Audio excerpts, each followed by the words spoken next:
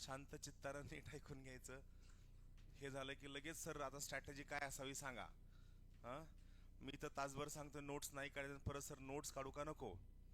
इथं मी state board वाचायचं की नाही, परत असं करायचं नाही. मी आज खूप प्रॅक्टिकली मोजकं मुद्दे सुद्धा अत्यंत महत्त्वाचं सांगणार आहे, जे बिलकुल विसरायचं नाही. कारण आज आपण अभ्यासाबद्दल चर्चा करणार नाहीयेत. आपलं मेन टार्गेट आहे की आपण प्रिलिम्स का फेल होतो, अवेलेबल रिसोर्सेस प्रिलिम्स कसं पास व्हायचं, सगळ्यात महत्त्वाची गोष्ट प्रिलिम्स पास होण्यासाठी काय करावं लागतं हे प्रॅक्टिकली अंडरस्टँड करणार आहे. मग सगळ्यात पहिली महत्त्वाची गोष्ट, याचं हे बॅकग्राऊंड ब्लॅक करता का? बॅकग्राऊंड हे ब्लॅक कसं होईल?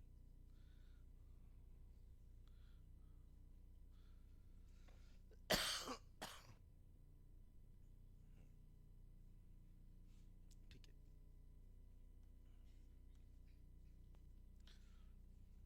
सगळ्यात पहिली महत्त्वाची गोष्ट लक्षात घ्या, कोणत्याही प्रकारचं पाठांतर, मी एक एक गोष्ट तुम्हाला सांगतो ही लक्षात घ्या. कोणत्याही प्रकारचं पाठांतर करायचं नाही. सर मी 4 टेस्ट दिल्या माझ्या लक्षात राहत नाही, सर मी 5दा हिस्ट्री वाचले माझ्या लक्षात राहत नाही, सर माझं हे बाकी आहे हे लक्षात राहत नाही. सर आर्टिकल्स कसे पाठ करायचे, मी परत तुम्हाला सांगतो, आर्टिकल का पाठ करायचे हा महत्त्वाचा प्रश्न असायला हवा. आर्टिकल 395 प्लस आहेत, बरोबर आहे. मग सगळ्यात मोठा प्रश्न हा आहे की आर्टिकल पाठ करायचे, ठीक आहे मला मान्य आहे तुमचं म्हणणं, तुम्हाला आर्टिकल पाठ करायचं. प्रश्न काय आहे, आर्टिकल का पाठ करायचे हा प्रश्न आहे. जर तुम्ही आयोगाच्या मागच्या 10 वर्षांच्या प्रश्नपत्रिका जर पाहाल तर ऑन अन ॲव्हरेज 1 किंवा 2 आर्टिकलवर प्रश्न असतात, करेक्ट आहे. त्या 2 पैकी आर्टिकल 21 फिक्स असतो, किंवा एक आर्टिकल फंडामेंटल राईटमधनं फिक्स असतं आणि एक आर्टिकल ऑल्टरनेटिव्हली सेंटर स्टेट रिलेशन, केंद्र राज्य संबंध, ऑर राष्ट्रपती और प्राईम मिनिस्टर, किंवा आर्टिकल 73 ते आर्टिकल 78, 73 टू आर्टिकल 78 यामधनं फिक्स प्रश्न असतो. तरी पण तुम्ही तुमचा इगो सॅटिस्फाय करण्यासाठी एवढे सगळे आर्टिकल पाठ करता की ज्यामुळे तुम्ही ॲक्च्युअलमध्ये फेल होता. आपण काहीतरी डिस्कस करत होतो मित्रासोबत मैत्रिणीसोबत, लगेच शेजारचा टॉक्सिक कार्यकर्ता येतो, हा याला आर्टिकल 104 लागतं ना, लगे आपण अरे हा याचा किती अभ्यास, त्याला बाकीचं काहीच येत नसतं, त्यांना जस्ट येताना तेच वाचून आलेला असतो. आणि आपलं अरे हा त्याला येतं आर्टिकल 104, त्याला माहिती आहे मी तर फंडामेंटल राईटमध्येच अडकून पडलेलो आहे. सो ही अत्यंत साधी सोपी सिम्पलेस्ट स्ट्रॅटेजी आहे. कोणतं आहे, आर्टिकल पाठ करायचं नाही, ठिकाणं पाठ करायचे नाही, व्यक्ती. परत मी तुम्हाला सांगतो, जे मी सांगतोय हे मार्केटच्या कम्प्लिटली ऑपोजिट आहे, एक्झॅक्टली ऑपोजिट आहे. मग सर मार्केटमधले ते सर ते म्हणतात, मग तुमचं काय म्हणणं आहे, बिलकुल ते काय म्हणतात त्यांचं जाऊन ऐकायचं. मी पास होण्यासाठी मी काय केलं हे मी तुम्हाला सांगतोय. तुम्ही अवेलेबल टाइम पिरियडमध्ये नक्की काय करू शकता हे मी तुम्हाला सांगतोय. बाकीच्या लोकांनी काय केलं याच्याबद्दल मला बिलकुल माहीत नाही, किंवा त्या पद्धतीने तुम्ही कसं पास व्हायचं हे तुमची चॉईस आहे. मी मात्र एवढं सांगू शकतो की या ज्या स्ट्रॅटेजीज मी सांगतोय याच्या आधारावरती फॉर शुअर. कसं असतं, कधी कधी आपण गोष्टी, खूप साधी गोष्ट आहे हो, आपल्याला घरचे उचलतात आणि पाण्यात टाकतात आणि म्हणतात हातपाय मार स्विमिंग शिकण्यासाठी. तोपर्यंत नाका तोंडात पाणी गेलेलं असतं, गार पाणी आपण वर घेऊन 2-4 शिव्या घालतो की असं कुणी शिकवतं का, करेक्ट आहे. म्हणजे तुम्ही पॅरेंट होता, you do the same thing. का तुम्ही म्हणता का की एक हात समोर असा घ्यायचा परत हात यू डू, असं नाही होत ना. So same is the case. फक्त काय ही गोष्ट अंडरस्टँड होण्यासाठी, चेंज होण्यासाठी किंवा वळण्यासाठी you have to spend some small amount of time, correct आहे. इथपर्यंत पहिली महत्वाची गोष्ट, कशाचे पाठांतर करायचं नाही. याचा अर्थ लक्षात ठेवायचं नाही का, नाही बिलकुल असं नाहीये. तुम्हाला गोष्टी ऑटोमॅटिकली लक्षात राहणार आहेत. तुम्ही गोष्टी जबरदस्ती लक्षात ठेवण्याचा जर प्रयत्न केला तर सगळ्यात मुख्य नुकसान हे आहे की गोष्टी लक्षात राहणार नाहीत.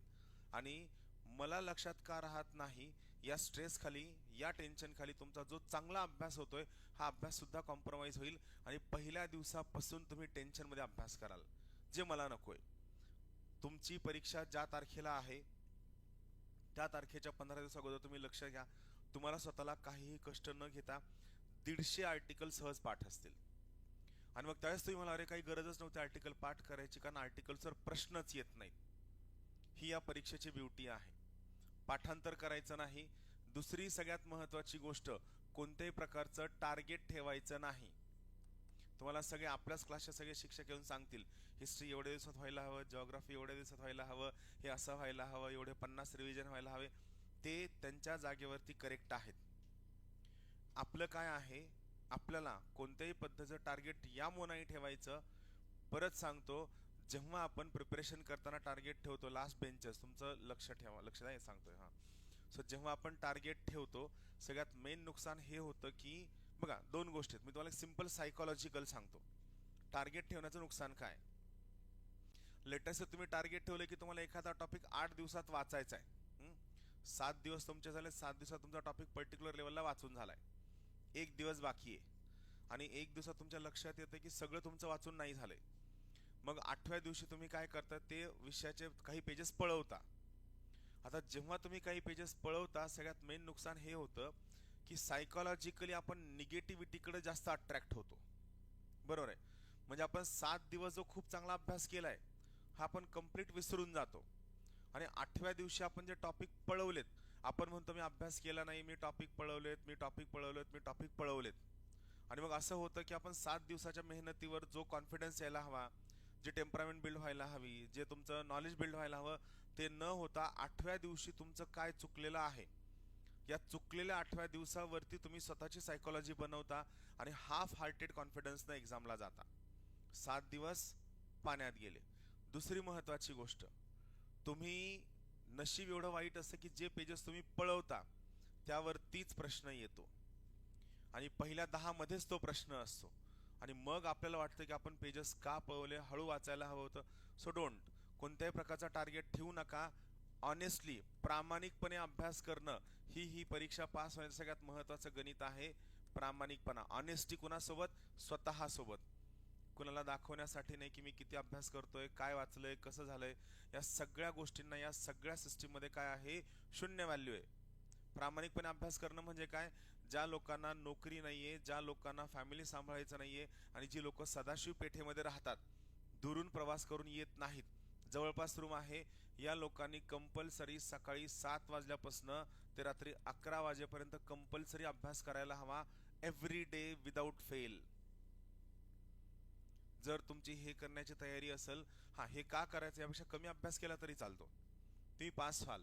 पण 7 ते 11 यासाठी अभ्यास करायचा की जर तुम्ही सकाळी 7 ते 11 न चुकता एव्हरीडे विदाउट फेल अभ्यास केला, एखाद दिवस ब्रेक घेऊन और हाफ डे ब्रेक घेऊन, तर तुमची प्रिलिम्सची मार्कांची मार्जिन कमीत कमी 20 ते 22 मार्कांनी मार्जिन जास्त असणार आहे. आता सध्या काय झालं मी तुम्हाला सांगतो. या मोमेंटला 2024, 25, 26 और 2024 आणि 2025, 23 आपण सोडून देऊया, 24 आणि 25च्या राज्यसेवेची तयारी करणारी मुलांची संख्या खूप जास्त आहे.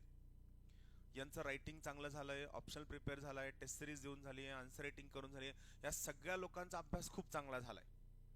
फक्त इश्यू काय झाला, या लोकांची प्रिलिम्सच चांगली नाहीये. आणि 23च्या अगोदर ऑब्जेक्टिव्ह राज्यसेवेची तयारी करणारे जे लोक आहेत, या लोकांचा ना मेन्सचा अभ्यास झालाय, ना ऑप्शनलचा अभ्यास झालाय, ना एसए लिहून काढलेत, ना टेस्ट सिरीज लिहिणार. पण या लोकांनी म्हणजे 23च्या अगोदर ऑब्जेक्टिव्हची तयारी करणाऱ्या लोकांनी मागचे 4 ते 5 वर्ष कंटिन्यू ऑब्जेक्टिव्ह केले, तेव्हा त्यांची प्रिलिम्स खूप चांगली आहे. त्यामुळे सध्या हे सगळ्यांनी लक्षात घ्या, सध्या कंडिशन अशी आहे की राज्यसेवेची तयारी करणारा विद्यार्थी प्री क्लिअर होत नाही, बरोबर आहे, आणि राज्यसेवेची तयारी न करणारा विद्यार्थी प्रिलिम्स क्लिअर होतोय किंवा ज्यानं केलेली नाहीये. सो नुकसान असं होतं की ज्यावेळेस मेन्सला आन्सर रायटिंगला आपण जातो, त्यावेळेस आन्सर रायटिंगला there is no competition. Maximum competition कुणाचं आहे, यूपीएससी करणाऱ्या लोकांचं कॉम्पिटिशन आहे. पण परत अगेन सेम गोष्ट आहे, यूपीएससी करणाऱ्या लोकांना राज्यसेवेची फॅक्च्युअल टाईपची प्रिलिम्स रिलेटिव्हली तेवढी चांगली जमत नाही. हे सगळ्यात मुख्यवालं नुकसान आहे. म्हणजे तुमच्या समोर सगळ्यात पहिलं, सगळ्यात महत्त्वाचं हर्डल आहे प्रिलिम्स क्लिअर करणं. म्हणून या ठिकाणी परत तुम्हाला सांगतो, ज्या विद्यार्थ्यांचा 2026चा सिरियसवाला अटेम्प्ट आहे, त्यांनी आजपासून 100% प्रिलिम्सवर फोकस करायचा. सर माझा थोडा ऑप्शनल बाकी आहे, थोडं इथिक्स वाचतो सर, आय आर वाचणं बाकी आहे सर, सोशल जस्टिस थोडंसं वाचून काढू का, हे जर तुम्ही करत बसाल तर मी तुम्हाला सांगतो, परत ना तुमची प्रिलिम्स नीट निघल, ना तुमचा मेन्सचा अभ्यास चांगला होईल. Everything will go in the Wien. So from today onwards 100% focus फक्त कशावर असायला हवा, प्रिलिम्सवर असायला हवा. आजपासनं तुम्ही इथिक्सला पण हात नाही लावायचा, तुमच्या ऑप्शनला पण हात नाही लावायचा आणि कोणत्याही पद्धतीने आजपासून आन्सर रायटिंग सुद्धा करायची नाही. आम्ही आमच्या लेवलला लेक्चर घेत राहणार, पण जर 26चा अटेम्प्ट तुमचा फोकस असेल, सिरियस असेल, आता आणखीन म्हणाल सर एखादा महिना इथिक्स करतो, थोडाफार ऑप्शनल करतो, इथिक्स ऑप्शनल पण तुम्ही काय कराल, हाफ हार्टेडली कराल ते 1-1.5 महिन्यात, प्रिलिम्स पण हाफ हार्टेडली कराल, सगळ्यात मुख्य नुकसान हे होईल, प्रिलिम्स पण चांगली होणार नाही, या टाइम पिरियडमध्ये मेन्स पण चांगली होणार नाही, आणि मग तुम्ही म्हणाल सर मी 3-4 महिने अभ्यास पण केला पण प्री पण क्लिअर होत नाहीये. हा, प्रिलिम्स तुमची समजा कन्सिडर करा 6-7 मार्कांनी राहतीये, पहिला अटेम्प्ट आपण कन्सिडर करू की ठीक आहे काय हरकत नाहीये, पहिला अटेम्प्ट होता, आणखीन वर्ष पण पूर्ण झालं नव्हतं अभ्यासाला, सो थोडीफार माझी प्रिलिम्स राहते तो इट इज ओके. पण प्रिलिम्सचा कट ऑफ लागतो 117, तुम्ही अडकलाय 550 वर, आणि ते पण का तर तुम्ही इथिक्स अभ्यास करत बसला होता, ऑप्शनल करत बसला होता, याला काही व्हॅल्यू नाही. आजपासून सांगतो, ज्यांचा कोणाचा 2026 अटेम्प्ट आहे, सगळंच्या सगळं बंद करून 100% फोकस फक्त आणि फक्त प्रिलिम्सवर करायचा, बाकी काहीही करायचं नाही, नथिंग. मग टार्गेट ठेवायचं नाही. तिसरी सगळ्यात महत्वाची गोष्ट, स्वतःला टेस्ट करायचं नाही. हे तुम्हाला सगळ्यात सुरुवातीला का सांगतोय, कारण पुढची स्ट्रॅटेजी कळण्यासाठी हे सगळ्यात महत्वाचं आहे. स्वतःला टेस्ट करायचं नाही म्हणजे काय, आत्ता काहीतरी रीडिंग केली आहे, जेवायला जाताय, जेवायला जाताना आठवण्याचा प्रयत्न करताय, जेवायला बसल्यानंतर काही 2-4 सिनियर असतात बघा जे डिस्कस करत असतात, म्हणजे ही लोक 24 तास कुत्री मारत फिरणार. अभ्यासिकेत लोकांना, हो मी तुम्हाला सांगतो ना, अभ्यासिकेत लोकांना गायडन्स करत फिरणार, नाही मागितलं गायडन्स तर ये गायडन्स करतो म्हणून फिरणार, चहाच्या टपरीवर ज्ञान देत बसणार की कुठं कुणी काय मतदान करायला हवं, मतदानानंतरचं विश्लेषण युट्यूबचे बादशाह असणार, बरोबर आहे, आणि मग तिथं मेसमध्ये डिस्कस करणार.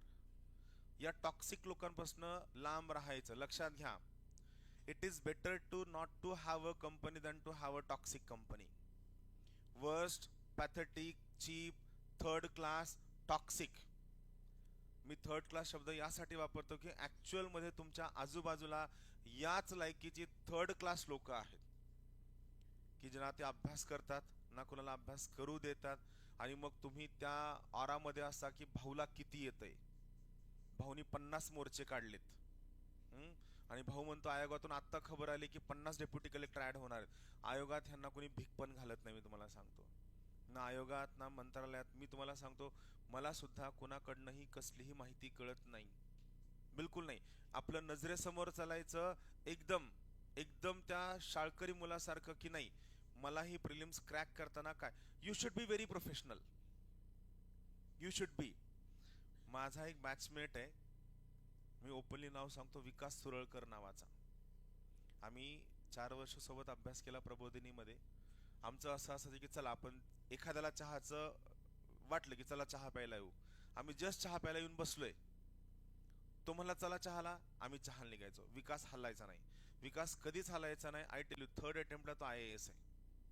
हा, बाकीचे पण लोक पास झाले, पण गोष्ट मी तुम्हाला सांगतो की काही लोकांकडनं काय शिकावं, प्रोफेशनलिझम शिकावं, व्यावसायिकता. तुम्हाला नाही, अरे तुम्ही अगोदर अभ्यास केला होता, तुम्ही फाउंडेशन बॅचेस केल्या होता, मी फाउंडेशन बॅच केलेली नाहीये, मला ते कुठतरी कव्हरअप करावं लागेल. विकास कर्नाटक पब्लिक सर्व्हिस कमिशनचा चेअरमन होता, तसं आपला MPSC चेअरमन ना, सॉरी सेक्रेटरी होता कर्नाटक पब्लिक सर्व्हिस कमिशनचा. तर ज्यावेळेस त्याचं ट्रान्सफर झाल्यानंतर कर्नाटकमधल्या तुमच्यासारख्या KPSC करणाऱ्या लोकांनी कर्नाटकभर आंदोलन केलं होतं मराठी माणसासाठी. इंटरनेटवर तुम्ही टाकलं विकास सुरळकर IAS कर्नाटकात, तुम्हाला येऊन जाईल. Very professional. हा, तो चांगला मित्र नव्हता असं नाहीये, खूप चांगला मित्र, खूप चांगला, यवतमाळचा आहे, त्याच्या कॉलेजचा गोल्ड मेडलिस्ट आहे, प्रचंड हुशार. फक्त हुशारी असण्यापेक्षा पण काय आहे, ही वॉज व्हेरी प्रोफेशनल. तुम्ही गाव गप्पा ऐकत बसता आणि मग तुम्ही म्हणता की मला सगळं यायचं सर, आणि दरवर्षी एका मार्काने प्रिलिम्स राहणाऱ्या महाभागांपासून लांब राहायचं. तो कमीत कमी 50 मार्कांनी नापास झालेला असतो. पण असतं ना की भाऊ दरवर्षी एका नाही तर अर्ध्या मार्काने राहतात. आजकाल नवीन ट्रेंडिंगला 0.25 न फेल झालं, 0.25 न कुणीही फेल होत नाही. स्वतःला टेस्ट करायचं नाही. जेवताना, चहाला गेल्यानंतर, नाश्त्याला गेल्यानंतर, कुठे गेल्यानंतर, जर कुणी समजा प्रश्न विचारायला लागलं, सरळ गळा धरायचा, माझा नेक्स्ट टाइम जर आला तर याद राख, 3 जण धरून मारू तुला, 4 जात असाल तर. चौथी सगळ्यात महत्वाची गोष्ट, स्वतःला कंपॅरिझन करायचं नाही. त्याला किती येतंय, मला किती आहे, माझं लक्ष्मीकांत 3दा वाचून झालंय, माझ्या नोट्स वाचून झाल्यात, मी RS अग्रवाल 5दा. तुला RS अग्रवाल जर 5दा सोडवावं लागत असेल ना, तर तुझ्याकडे नालायक तूच आहे. कारण गणित 5दा सोडवण्याची गरज नाहीये, it is part of capacity. स्वतःला कुणासोबतही कम्पेअर करायचं नाही. ही परीक्षा टक्केवारीची नाही. तुम्हाला इतरांपेक्षा एक मार्क जास्त हवा आहे, जो तुम्हाला कट ऑफच्या पलीकडे घेऊन जाईल. हे मी तुम्हाला एवढ्या तळमळीनं का सांगतो माहिती का? मला यावेळेस रिझल्ट हवा आहे प्रिलिम्समध्ये. तुमच्यामध्ये बसलेले कमीत कमी 70 ते 80 लोक मला प्रिलिम्सच्या पलीकडे घेऊन जायचे. मी त्या डेडिकेशन आलो, कारण मला आता ही जी जस्ट वाली प्रिलिम झाली त्यात मला एवढी खंत आहे की अरे मुलांनी एवढं चांगलं प्रॅक्टिस केली आहे 23च्या 24च्या मुलांनी, की आय एम हॅपी की एवढं चांगलं कुणीच लिहू शकत नाही. त्यांची आन्सर रेटिंग बघून मला स्वतःला वाटतं की ही लोक UPSC क्रॅक करतील. आणि प्रिलिम्समध्ये किती स्कोर येतोय तर 90, 92, 103, 104. काय कारण? Silly mistake. मी सगळ्यांना म्हणलं तुम्हाला सिली मिस्टेकचा ग्राफ दिला होता का नव्हता? हो दिला होता सर. भरला का? गप. म्हणलं सिली मिस्टेकचा ग्राफ पहिल्या दिवशी दिला होता, तुम्ही सिली मिस्टेकचा ग्राफ भरला का? नाही भरला. का नाही भरला? तेच कारण की लोकांना वाटतं की सर हा बालिशपणा आम्ही कुठं करत बसू, पहिल्या टेस्टला किती अटेम्प्ट केलाय, मग किती स्कोर आहे. डोंट. 70-80 लोक तुमच्यापैकी, हा ज्यांचा अभ्यास थोडा कमी आहे, ज्यांनी थोडं लेट सुरू केलं असेल, आपण कन्सिडर करूया, त्यांना थोडाफार वेळ लागू शकतो. पण या बॅच मधले कमीत कमी 70 ते 80 लोक आपल्याला कंपल्सरी गो थ्रू करायचे, आणि त्यासाठी फ्रॉम 1 जानेवारी आपल्याला काम करायचं. बिलकुल कंपॅरिझन करायचं नाही, कोणाला किती येते काय येते याच्याशी आपल्याला काहीही घेणं देणं नाही. सो पाठांतर नाही करायचं, टार्गेट नाही ठेवायचं, स्वतःला टेस्ट नाही करायचं, कंपॅरिझन नाही करायचं. आणि पाचवी सगळ्यात महत्वाची गोष्ट, आकडेवारी बिलकुल काहीही फोकस करायचा नाही. सहावी गोष्ट, चालू घडामोडी. आयुष्यातलं सगळ्यात मोठं सत्य तुम्हाला सांगतो. मागच्या 3 प्रिलिम्स मध्ये चालू घडामोडीवर जे प्रश्न आयोगाने विचारलेत, हे जगातल्या कोणत्याच कोचिंग क्लासच्या नोट्स मध्ये आलेले नाहीयेत. ना ज्ञानदीप, ना इयरबुक, ना फिअरबुक, ना कुठनंच आलेले नाहीयेत. आणि तरी सुद्धा लोक काय करतात, 3 कोचिंग क्लास इयरबुक वाचतात. जर समजा कुणाच्याच क्लासमधनं जर करंट अफेअर्सचे प्रश्न आलेले नाहीयेत, तर आपण एका सोर्सवर काम करा, कोणत्या एनी वन सोर्सवरती. तुमच्याकडे 2 सोर्सेस असणार आहेत. ज्यांना इंग्लिशमधनं वाचायचं निखिल पाटील सरांचे लेक्चर असणार आहेत खाली, ज्यांना मराठीमधनं वाचायला नवनाथ वाघ सरांचे लेक्चर असणार आहेत खाली. ते लेक्चर संध्याकाळच्या वेळेला यामुळे ठेवलेत की जेणेकरून आपला सकाळचा GS चा वेळ कॉम्प्रोमाइज होऊ नये. तुम्हाला वाटलं लेक्चर अटेंड करा, तुम्हाला वाटलं नाही लेक्चर अटेंड करायचे, सरळ सरळ युट्यूबला सॉरी आपल्या ॲपवरती लेक्चर तुम्हाला मिळून जातील. ते लेक्चर बघून घ्या. लेक्चरला नाही आला तरी सुद्धा चालतो, समोर एक मुलगा बसला तरी सुद्धा दोन्ही सर शिकवणार आहेत. इंग्लिशमधून निखिल पाटील सर घेतील, मराठीमधनं नवनाथ वाघ सर घेतील. कंटेंटमध्ये त्याच्या क्वालिटीमध्ये 0 डिफरन्स असणार आहे. आणि परत तुम्हाला सांगतो, क्लासचं मटेरियल सोडलं तर बाहेरचं मटेरियल वाचायचं नाही.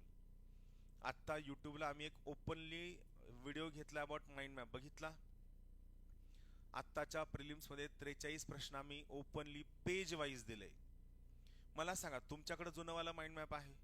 असं तर आम्ही करणार नाही की कुठेतरी फोटो चिटकवून टाकणार. करेक्ट आहे. ते 43 प्रश्न तुमचा माइंड मॅप घ्या, जाऊन त्या ठिकाणी चेक करा त्या पर्टिक्युलर पेजवर तो पर्टिक्युलर प्रश्न आहे की नाही. यूट्यूबला असं कुणीही व्हिडिओ घेत नाही. त्या केसमध्ये त्या पर्टिक्युलर केसमध्ये गुन्हा दाखल होऊ शकतो. कंझ्युमर कोर्टात कुणीतरी कंप्लेंट करू शकतं की एक फॉल्स क्लेम करतायत. आम्ही चुकीचा क्लेम यामो नाही करत आहे, कारण माझं म्हणणं आहे, मग माझं म्हणणं बिलकुल नाही की आमचे माइंड मॅप चांगले आहेत. माझं एकच म्हणणं आहे की तुम्हाला दिले तर तुम्ही ते पाठ करायचे. तुम्ही माइंड मॅप पाठ करायचे आहेत, सरळ सरळ. मी आत्ता तुम्हाला सांगतो माइंड मॅप पाठ करायचा वेळ कोणता आहे. तुम्ही रात्री 12ला झोपा, नाही तर सकाळी 4ला झोपा. मी तुम्हाला सगळ्यांना सांगतो, सकाळी कंपल्सरी 6:30 ते 7 या अर्ध्या तासामध्ये सकाळी उठून माइंड मॅपचे 2 पानं न चुकता वाचायचे एव्हरीडे. ज्याला बाकी इतर वेळी काय हरकत नाही. माइंड मॅप हा एवढा कॉन्सॉलिडेटेड डेटा आहे, म्हणजे तुम्हाला सकाळी म्हणजे थोडक्यात माझं काय म्हणणं आहे की तुमचं आवरल्यानंतर फ्रेश झाल्यानंतर तुमच्या दिवसाच्या अभ्यासात सगळ्यात फर्स्ट हाफ आहे, सगळ्यात पहिल्या अर्ध्या तासात, त्या पहिल्या अर्ध्या तासामध्ये माइंड मॅपचे न चुकता 2, 3, 4 जशी तुमचं कॉम्प्रिहेन्शन त्या ठिकाणी वाचायचं. परत पोरांचा प्रश्न, याच्या नोट्स काढायच्या का? Mind map itself is a notes. आपण इथं कारकुनी करायला आलेलो नाही. मी तुम्हाला परत सांगतो, नोट्स कसं आहे, नोट्स काढणं हे तुमच्या डाएट मधल्या कार्बोहायड्रेट सारखं आहे. तो असतो ना, नान, बटर गार्लिक नान, अच्छा वाला फीलिंग, बॉइल्ड काय सोयाबीन खा म्हणलं की नाही, नको नको. मग ते बटर गार्लिक नान परत तुम्हाला 40 वर्षांनंतर शुगर, बीपी, डायबिटीस सगळं देतं आणि then you fail. Same is the case. हे जे आहे 6:30 ते 7 अत्यंत महत्वाचे, अत्यंत क्रुशल आहे. एनी टाइम समजा तुम्ही 9 वाजता उठणारे असाल, उठलात, थोडं 10-15 मिनिट एक्सरसाइज केली, प्राणायाम काहीतरी वाटलं तर केलं, फ्रेश झाला. फ्रेश झाल्यानंतर सगळ्यात अभ्यासाचा पहिली सुरुवात कशाने व्हावी? अर्धा तास माइंड मॅप न व्हावी. परत सर कोणतं सुरुवातीला वाचू? जे वाटेल ते वाच. पहिल्या पानापासून दुसरं नाही, ज्या पानापासून ज्या पेजपासून तुला वाटतं आपलं टार्गेट आहे, आपल्याला माइंड मॅप पाठ करायचा आहे. सो ज्या पानावरनं जे पेजेस जसं वाटतं तसं वाच, काही बंधन नाही. हा फक्त काय ठेवायचं, टिक करून ठेवायचं, माझे एवढे पेजेस झाले, एवढे पेजेस झाले, एवढे पेजेस झाले, एवढं फक्त टिक करून ठेवायचं, बाकी काही करायचं नाही. एव्हरीडे न चुकता माइंड मॅप वाचायचं. मी तुम्हाला सांगतो तुमच्या प्रिपरेशनचे मिनिमम 40% क्वेश्चन त्या सिंगल 6 माइंड मॅप मधनं येणार आहेत, करंट अफेअर्स सोडलं तर. म्हणजे टेक्निकली जर आपण जर करंट अफेअर्सचा विचार केला, करंट अफेअर्सचे 20 एक प्रश्न जर बाजूला काढले तर 80 पैकी 43 म्हणजे मोर दॅन 50% क्वेश्चन्स हे तुमचे फक्त त्या माइंड मॅप मधनं येतात, फक्त माइंड मॅप मधनं. हा, याचा अर्थ माइंड मॅप मध्ये वेगळा डेटा असा बिलकुल नाही. माइंड मॅप मध्ये सगळा सेम वाला डेटा आहे, फक्त डेटा प्रिलिम्सच्या पर्स्पेक्टिव्हनं त्या ठिकाणी ॲट वन प्लेस ऑर्गनाइज करून दिलाय, जो तुमच्या गरजेचा आहे. क्लिअर? सो ही सगळ्यात पहिली महत्वाची गोष्ट. पाठांतर, टार्गेट, स्वतःला टेस्ट नाही करायचं, कंपॅरिझन नाही करायचं, आकडेवारी नाही करायची. करंट अफेअर्सवर फोकस करताना फक्त आपल्या क्लासच्याच, आणि परत सांगतो बाकीच्या क्लासचा करंट अफेअर्स घ्यायचा का नाही यासाठी मला फोन पण नाही करायचा. आणि फॅकल्टीला पण सांगून ठेवणार आहे की बिलकुल यांचे फोन एंटरटेन करू नका, ही झेरॉक्स घ्यायची का, ती झेरॉक्स घ्यायची का, आणि करणार सुद्धा नाही. स्ट्रिक्ट आहे मी, माझं टार्गेट क्लिअर आहे. 70 ते 80 लोक इथून जर प्रिलिम्स मला क्लिअर करायचे असेल तर मला काही गोष्टीवर रेस्ट्रिक्शन लावावं लागणार आहे. सो कोणतं वाचायचं नाही, क्लासच्या मिळणाऱ्या नोट्स आणि क्लासचे व्हिडिओ सोडून अक्षरही करायचं नाही. नवनाथ वाघ सर ज्या लेवलला मेहनत घेतात याचा तुम्ही विचार सुद्धा करू शकत नाही. तुम्हाला रोज न चुकता युट्यूबला लाईव्ह घेतो, रोज न चुकता. लातूरला शुक्रवार शनिवार रविवार प्रवास करायचा असून सुद्धा तो माणूस एव्हरीडे आणि रोजचं करंट अफेअर्स काढणं, ते पण कंबाईनसाठी इकॉनॉमिक्सच्या 2 लेक्चर घेऊन, याला तुम्हाला सांगतो, याला आपण म्हणतो याला डेअरिंग लागते, एवढा वेळ त्यात इन्व्हेस्ट करायला. म्हणून सांगतो की ज्या लोकांकडे कन्व्हिक्शन आहे, ज्या लोकांकडे डेअरिंग आहे, त्यांचा कंटेंट हा एक्सलेंट असतो, सगळ्यात बेस्ट असतो. आता महत्वाची गोष्ट, आपण हे सगळं झाल्यानंतर आणखीन काय लक्षात ठेवायचं, ओव्हर रिडिंग करायची नाही, ओव्हर स्टडिंग करायची नाही. बघा हे काही पॉइंट लक्षात घ्या, ओव्हर रिडिंग करायची नाही. म्हणजे एकाच विषयाला 4 पुस्तकं वाचताय, 2 झेरॉक्स वाचताय, एक रेफरन्स वाचताय आणि मग त्या ठिकाणी पीएचडी होल्डर होत आहे. आपल्या क्लासमध्ये दिल्या जाणाऱ्या हँडआउट आणि नोट सोडलं तर बाकी अक्षरही वाचायचं नाही.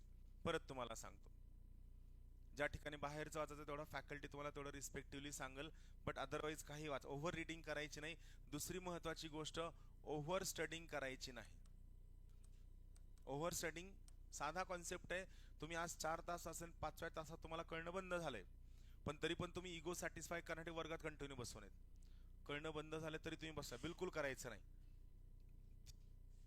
तिसरी सगळ्यात महत्वाची गोष्ट, ओव्हर अनालिसिस करायचा नाही. ओव्हर अनालिसिस करायचा नाही. सर स्टेट बोर्ड वाचू का? हा वाचा. नवं वाचू का जुनं वाचू? आपलं वाचू का तामिळनाडूचं वाचू? नोट्स काढू का नको काढू? किती वेळात वाचू? किती टार्गेट ठेवू? सर किती वेळा वाचून व्हायला हवं? अरे बास,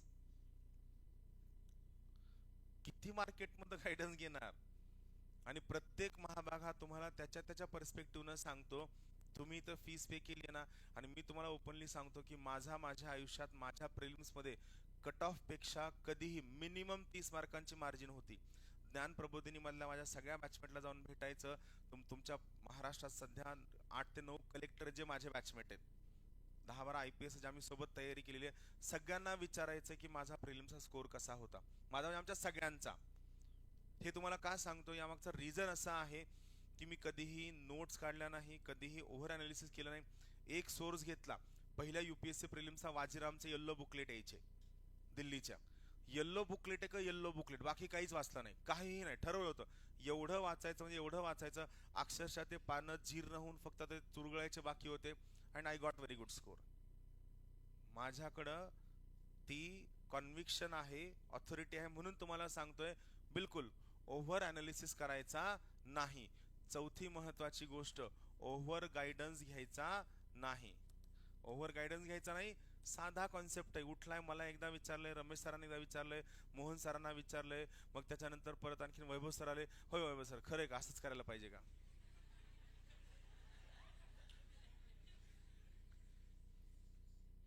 आम्ही करतो ना चर्चा. ते आत्ता आलं होतं टॉक्सिक कार्यकर्ता, लगे हे विचारून मला पण विचारून गेले. तुम्ही त्याच माणसाला विचारा ना, तोच माणूस तुम्हाला सांगल.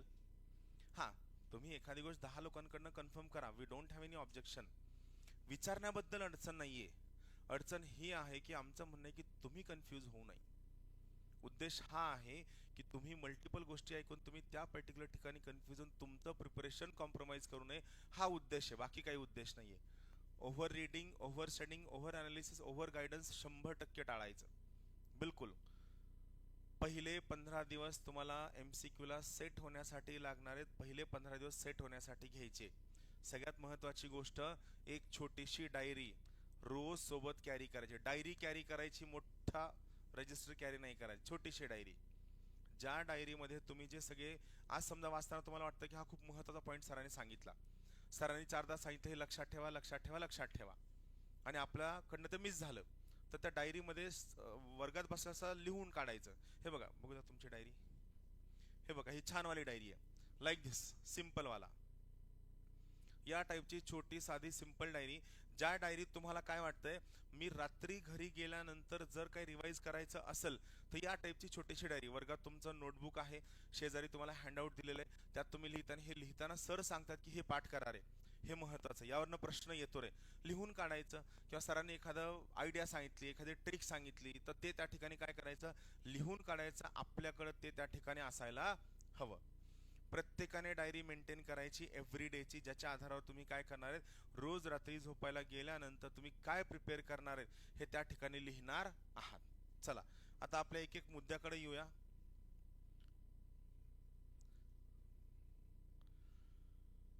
हा, तुम्हाला हे पुस्तक दिलंय, मराठीमधलं आहे. ज्यांना दिलेलं नसेल MPSC प्रिलिम्स अनालिसिस, त्यांनी वरती ऑफिसवरून जाऊन एकदा चेक करा. तुम्हाला दिलेलं आहे, मला वाटतं सुरुवातीलाच दिलेलं आहे. सर याचं लेटेस्ट एडिशन केव्हा येईल? 26ची प्री झाल्यानंतर येईल. राईट. नवं वाचू का जुनं वाचू, तेच आहे. फक्त काय आहे, आपण आपल्या अभ्यासाला विनाकारण चुकीच्या पद्धतीने ग्लोरीफाय करतो, जे आपल्याला परवडणार, ज्याची आवश्यकताच नाहीये, हे माझं म्हणणं आहे. हे पुस्तक कॅरी करायचं. आम्ही तुमचा आणखीन एक वर्कलोड कमी करतोय. टॉपिकचं जे high scoring, medium scoring, low scoring आहे, आम्ही तुम्हाला प्रोव्हाइड करतोय. उद्या तुम्हाला क्लासमध्ये आल्यानंतर एक सेल्फ अनालिसिस शीटची स्पायरल मिळेल. याच्यासोबतच तुम्हाला आणखी एक सांगतो, हे सगळ्यांना कंपल्सरी आहे. सगळ्यांना एक तुम्हाला सेल्फ अनालिसिस शीट, याची तुम्हाला स्पायरल मिळेल. एक नोट आहे 30-35 पानांची. याच्यानंतर कधीही प्रिलिम्सचा गायडन्स घ्यायला जर यायचं असेल, तर ही शीट तुमची जर भरलेली असेल तरच भेटायला यायचं, अन्यथा भेटायला यायचं नाही.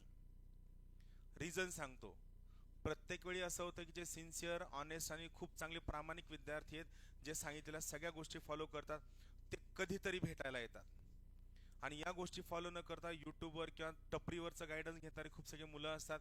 सर येऊ का भेटायला, सर येऊ का भेटायला, तुझं काय वाचून झालंय, किती व्हिडिओज बघितले तू त्या ठिकाणी, अनालिसिस, हे सगळं त्यांनी काही केलेलं नसतं. आणि सर मग स्ट्रॅटेजी सांगा. बिलकुल, मी तुम्हाला सांगतो, जे अनालिसिस शीट तुम्हाला दिलं जाईल, हे अनालिसिस शीट भरणं प्रत्येकाला कंपल्शन आहे.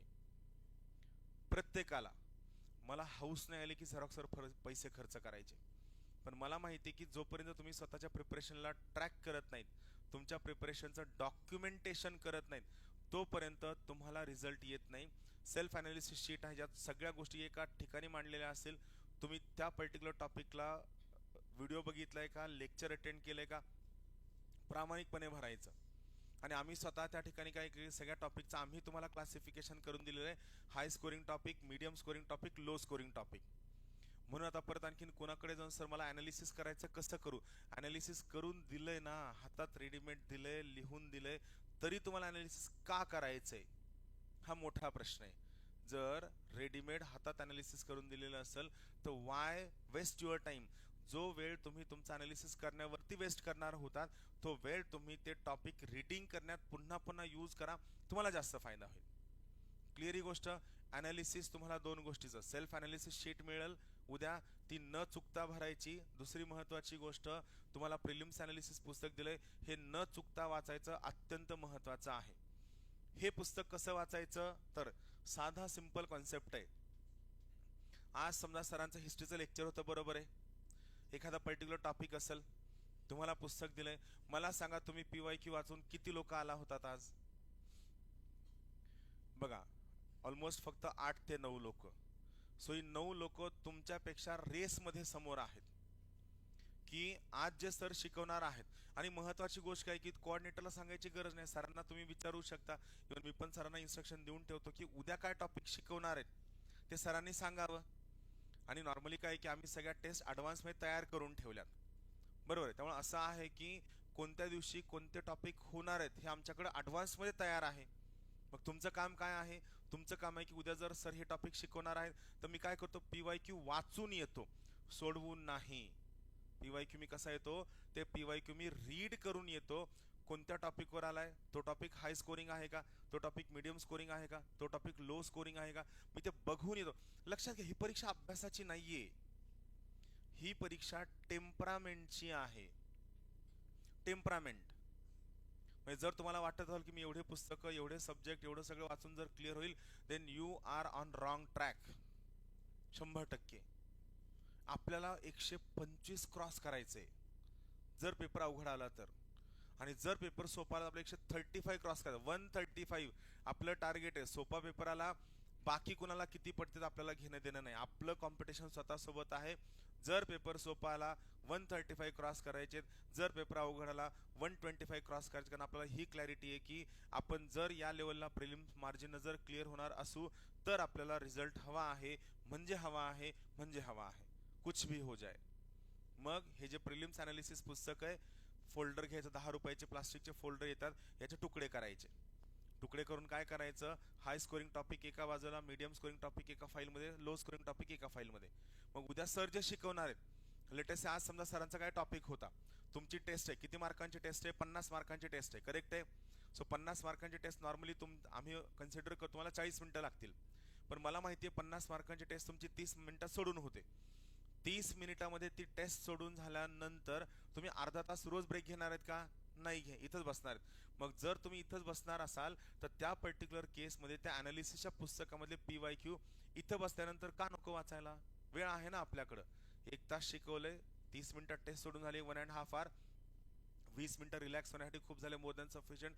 10 मिनिटात आपण काय करूया, PYQ वाचूया, प्रिव्हियस इयर्स क्वेश्चन.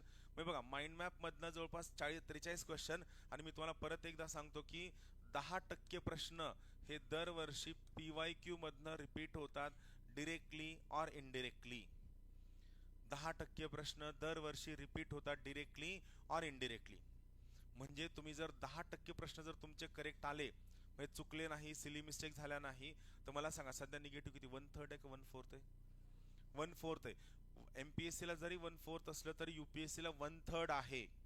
आणि आपण सगळी लोक UPSC प्रिलिम्स देणार आहोत, म्हणून लक्षात घ्या 1/3 मायनस आहे, निगेटिव्ह आहे, हा विचार करून अभ्यास करायचं. समजा तुमचे 10 करेक्ट आले तर तुमचे निगेटिव्हचे 3 वाचतील, करेक्ट आहे. कारण तुमचे 10 चुकले असते तर निगेटिव्हचे 3 सुद्धा गेले असते. 10 + 3 13, 13 दोन्ही 26. विचार करा, 26 मार्क, 100 ते 126. जर तुमचे 26 कमी आले तुम्ही 100 येणार आहात, जर तुमचे 26 वाढले तुम्ही 126 वर पोहोचणार आहात. 10 प्रश्न किती मोठा डिफरन्स करतात, तुमचं अख्खं वर्ष वाचवतात, कंप्लीट 1 इयर. ही क्लॅरिटी खूप जास्त गरजेची आहे, हे आपल्याला कळलं गोष्ट. हा, सगळ्यात महत्वाची गोष्ट, लोड घेऊन अभ्यास करायचा नाही, एकदम चिल माइंड, एकदम थंड डोक्यानं. नाही कळलं चल बाजूला निघ, नाही कळलं चल बाजूला निघ, नाही कळलं चल बाजूला निघ. मी तुम्हाला सांगू, कुरूपामधला काटा काढताना डायरेक्ट तुम्ही नाही सर काट्यावरच घाव घालतो तर तुमचा पाय अख्खा गँग्रीन सारखा दुखल. बाजूनं बाजूनं बाजूनं टोकरत चालावं लागतं, त्याच्यानंतर काटा वर येतो. हे आयुष्यातील सगळ्यात मोठं वास्तव आहे. कधीही तुमच्या डोक्यात जर 1000 विचारांची गर्दी झाली, तर 1000 विचार जर डोक्यात आले तर ते डोकं हँग होतं. जसं आपण एखाद्या बॉटलच्या छोट्याशा ओपनिंगमधनं खूप गोष्टी आतमध्ये टाकण्याचा प्रयत्न करतो. Let the things go one by one, slowly slyly. ही आपली क्लॅरिटी आहे. ही क्लॅरिटी, हा पर्स्पेक्टिव्ह महत्वाचा. बाकी शिकवणारे खूप सगळे चांगले शिकवतात, नोट्स खूप लोकांच्या चांगल्या आहेत, क्लासेस खूप लोकांचे चांगले आहेत, ज्ञानदीपच चांगलं असं मी बिलकुल म्हणत आहे. फक्त पर्स्पेक्टिव्ह हे सगळ्यात जास्त महत्वाचे आहेत. हे पुस्तक उद्यापासून लक्षात ठेवा. आयदर अख्खं पुस्तक कॅरी करायचं, पुस्तक कॅरी करायचं तर तुकडे करायचे आपल्या सोयीनं, ते तुकडे आणि ते पेजेस न चुकता कॅरी करायचे. पण लक्षात घ्या, तुम्हाला 1 मिनिट जरी मिळाला, हे का सांगतोय, सगळ्यात मुख्य कारण तुम्हाला सांगतोय. नॉर्मली जर तुम्हाला समजा एखादं सिंगल पेज वाचायचं असेल, तर सिंगल पेज वाचायला तुम्हाला कॉन्सन्ट्रेशन लागतं 8 ते 10 मिनिटांचं, बरोबर आहे. पण सिंगल MCQ वाचायला तुम्हाला कॉन्सन्ट्रेशन लागतो फक्त 1 मिनिटाचा. आणि इथं एवढा गडबड गोंधळ असतो, एवढा दांगडदिंगा असतो, की आपण एवढे चांगल्या गप्पा चाललेल्या असतात की या ठिकाणी 8 ते 10 मिनिटाचं फॅकल्टी आल्याशिवाय कॉन्सन्ट्रेशन मिळणं रिलेटिव्हली डिफिकल्ट आहे. मग जर हे रिलेटिव्हली डिफिकल्ट असेल तर आपण मग 10 मिनिटापेक्षा आपण काय करूया, 1 मिनिटाच्या कॉन्सन्ट्रेशन वरती फोकस करूया. कशासाठी फोकस करूया, 1 मिनिटाच्या कॉन्सन्ट्रेशन साठी फोकस करूया. सो त्या पर्स्पेक्टिव्ह जर आपण जाऊ तर आपल्याला सगळ्यात मेजर बेनिफिट त्या ठिकाणी होतो. क्लिअर. सो पुस्तक ह्याच्यावर फोकस करायचं.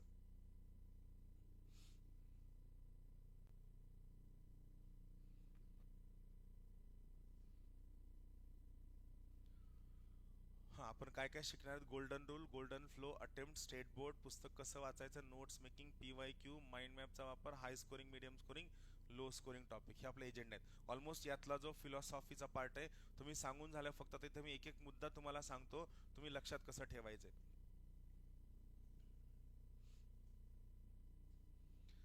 गोल्डन रूल सगळ्यात सिंपल वाला गोल्डन रूल आहे. जर दिवसात 10 तास अभ्यास करत असाल तर 10 तासापैकी 80% वेळ हा तुम्ही रीडिंगला द्यायचा, बाकीचा 20% वेळ हा तुम्ही MCQच्या प्रॅक्टिसला द्यायचा एव्हरी डे. आजपासनं ऑलरेडी तुम्ही आज तुमच्या सुरुवात झाली. किती MCQ सोडवलेत? तुमची टेस्ट झाली ना? नाही, पहिलं ओरिएंटेशन झालं तुमची, नंतर 12:30 ते 1:30 टेस्ट आहे. 11:30 ते 12:30 लेक्चर. मी 11लाच बंद करणार. जे काही उरलेला पोर्शन असेल परत येऊन शिकवणार आहे, कारण आपल्याला टेम्पो डिस्टर्ब नाही करायचा आहे. सो महत्वाची गोष्ट, गोल्डन रूल, दिवसात जर 10 तास अभ्यास करत असाल तर 10 तासापैकी 80% वेळ रीडिंगला, 20% वेळ कंपल्सरी MCQच्या प्रॅक्टिसला. यामध्ये 3 दिवस तुमच्याकडनं ॲव्हरेज 150, या सोयीनं आम्ही 3 दिवसांचे 450 MCQ सॉल्व्ह करून घेणार आहोत. यासोबत आम्ही जे माइंड मॅप आहेत, या माइंड मॅपवरती ब्रेन टीजरच्या टेस्ट बनवणार आहोत. या ब्रेन टीजरच्या टेस्ट तुम्हाला ऑनलाईन मिळून जातील. त्या तुम्हाला गुरुवार, शुक्रवार, शनिवार 3 दिवसांसाठी मिळतील. टॉपिक वाईज ब्रेन टीजरच्या टेस्ट मिळतील.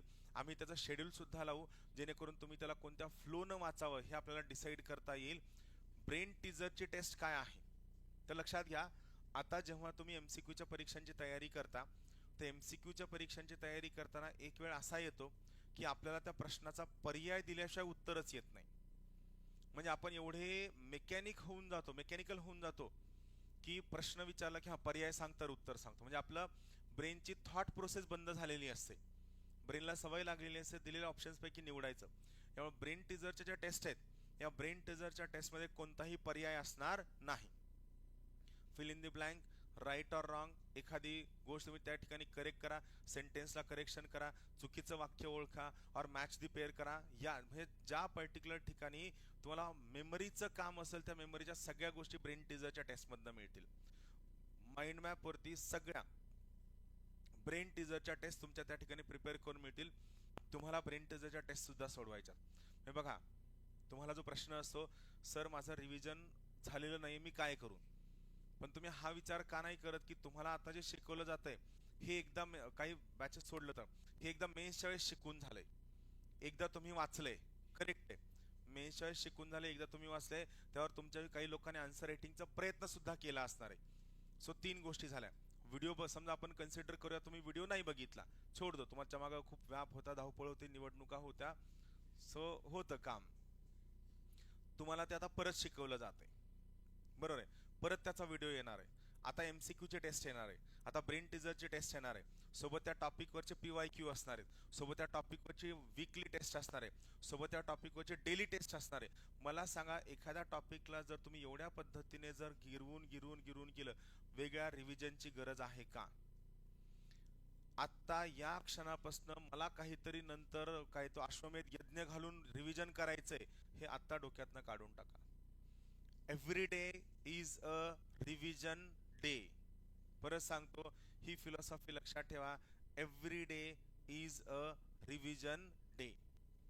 लेक्चर झाले, लेक्चर झाल्यानंतर लगेच्या लगे तुम्ही MCQ सोडवताय, रिव्हिजन आहे की नाही? सो तुम्ही स्वतःला कॉन्फिडन्स द्या की तू खूप चांगला अभ्यास करतोय.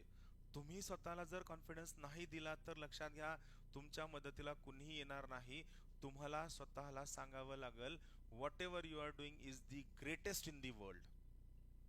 ही क्लॅरिटी तुम्हाला स्वतःला आणणं गरजेचं आहे. 80% वेळ रिडिंगला, 20% वेळ MCQच्या प्रॅक्टिसला. MCQ केव्हा वाचायचं मी तुम्हाला थोड्या वेळानं सांगतो, आपण त्या डेली टाइम टेबलमध्ये बघूया. Right. Golden rule, golden flow. What is golden flow? तुमच्या अभ्यासाचा फ्लो कसा असायला हवा. मी जनरल फ्लो सांगतो, जो फक्त लक्षात ठेवा की तुम्हाला या पद्धतीनं जायचंय. सगळ्यात पहिली महत्वाची गोष्ट, तुम्हाला डिव्हिजन जे मी सांगितलं, high scoring, medium scoring, low scoring, याचं डिव्हिजन आपण केलंय. मग तो पर्टिक्युलर टॉपिक वाचताना गोल्डन फ्लोचं सगळ्यात पहिलं म्हणणं काय आहे? तर सगळ्यात पहिलं म्हणणं आहे, तुम्ही पुस्तक वाचायचं नाही. नो. पुस्तक वाचणं पाप आहे. मला माहिती आहे तुम्ही पाप केलेलं नाहीये, चांगली लोक आहात. अगं गंगेला काशीला द्यायची गरज, मी केलेलं नाहीये.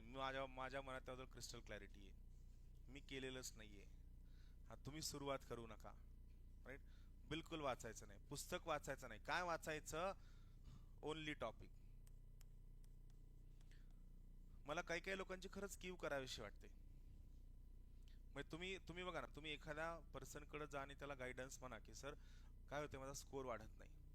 तसं नाही रे, तुला बेसिक पासून अभ्यास करावा लागेल. तू सगळ्यात अगोदर काय कर, स्टेट बोर्ड वाचायला घे.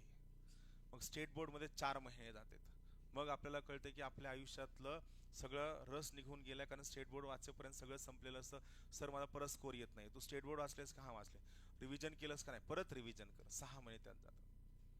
मला ह्या वाक्याचा अर्थ कळलेला नाहीये की तुम्ही अभ्यास बेसिक पासून करावा म्हणजे नेमकं काय.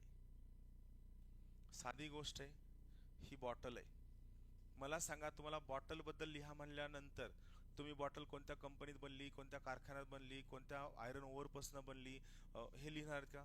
बॉटल आहे, एवढी कॅपॅसिटी आहे, सिल्वरी कलरची आहे, थर्मोस्टॅट आहे, पाणी गरम ठेवते, कामी येते, खतम. याला बेसिक पासून अभ्यास करणं गरजेचं आहे का? नाहीये. भांडवली मिळकती कर, capital gains tax, simple concept आहे. तुम्ही एखादी भांडवली मिळकत विकल्यानंतर जे पैसे तुम्हाला मिळतात, घर विकल्यानंतर जे पैसे तुम्हाला मिळतात, त्यावर जो कर तुम्ही भरता, दॅट इज भांडवली मिळकत कर, कॅपिटल गेन्स टॅक्स. याला बेसिक पासून करायची काय गरज आहे की भांडवली मिळकत कुणी दिली, कोणत्या वर्षी दिली, त्यावेळेस कोणतं पंतप्रधान होते, कोणती पंचवार्षिक? अरे नाहीये. बरं, त्याच्या पलीकडे आणखीन एक मी तुम्हाला सांगतो. आपल्या आजूबाजूला एक टॉक्सिक कार्यकर्ता असतो बघा. डिस्कशन करताना तो आपण एखादा विषय काढला की तो म्हणणार, हो राव, हे मी ना सेकंड ARC मध्ये वाचलं होतं. हो राव, मी हे महाराष्ट्र आर्थिक पाहणीत वाचलं होतं. म्हणजे आपल्याला कळतं की आपण एवढी मरमर केली, पण आपल्याकडनं महाराष्ट्राची आर्थिक पाहणी कस काय राहिली आणि याला कस काय येतंय. पण मी तुम्हाला सांगतो, त्याने त्याच्या आयुष्यात तेवढंच वाचलेलं असतंय आणि तो पुढचे 50 वर्ष पास होत नसतंय. पण तो एक खूप साधा कॉन्सेप्ट सांगतो, लेट मी टेल यू. 12वीला CET ची तयारी करत होतो आणि मी त्यावेळेस कोचिंग क्लास लावला नव्हता, कारण मला मूर्खपणा होता. तो घरी बसूनच करायचो, तालुका प्लेस होता आणि शाळेत चांगला अभ्यास केला होता, so I was good one. मग आम्ही फॉर्म भरायला शाळेत गेलो. त्यावेळेस कसं होतं की ऑनलाईन फॉर्म भरायची पद्धत नव्हती. तुम्हाला शाळेत जावं लागायचं, प्राचार्याचा शिक्का घ्यावा लागायचा. आणि शिक्का घेतल्यानंतर, आणि माझं रेसिडेन्शियल शाळा होती, तर आम्ही शाळेत गेल्यानंतर माझे 2-3 मित्र लातूरला होते, काही मित्र 10-15 लोक नांदेडला होते. आले कार्यकर्ते. आता मी आपला खूप चांगला अभ्यास केलेला, सगळं चांगलं परफेक्ट चाललंय आणि मला माहित होतं की आपल्याला 200 पैकी 190 आरामात क्रॉस होईल, काय अडचण येणार नाही. पण त्यांनी तिथं आल्यानंतर गोष्टी डिस्कस करायला सुरू केल्या की फिजिक्सच्या अवघड सम डिस्कस करायला सुरू केले. आणि ते काय मला येत नव्हते, कारण बेसिकली ते फिजिक्सचे सम कुठलचे होते, ते IIT वाल्यांचे होते, JEE वाल्यांचे होते, आणि ही लोक सोडवायची. आणखीन अवघड बायोलॉजी डिस्कस करायला सुरू केलं, जे नॉर्मली CBSE PMTचं होतं. आणि I was not focusing on CBSE PMT, आपलं MHCETचं चाललं होतं. सगळं सगळं सगळं चांगलं चाललं होतं. तिथं गेलो आणि मी ज्यावेळेस हे ऑब्झर्व केलं की त्यांचं काहीतरी वेगळं डिस्कशन चाललंय, आय गॉट डिमॉरलाइज्ड. मला स्वतःला वाटलं की म्हणजे आपला अभ्यास काहीच नाहीये काही. आणि त्यानंतरचे 15-1 दिवस मला त्या गोष्टी रिकवर करण्यात गेले की आपलं काही चुकतंय का, आपलं काही चुकतंय का, आपलं काही चुकतंय का.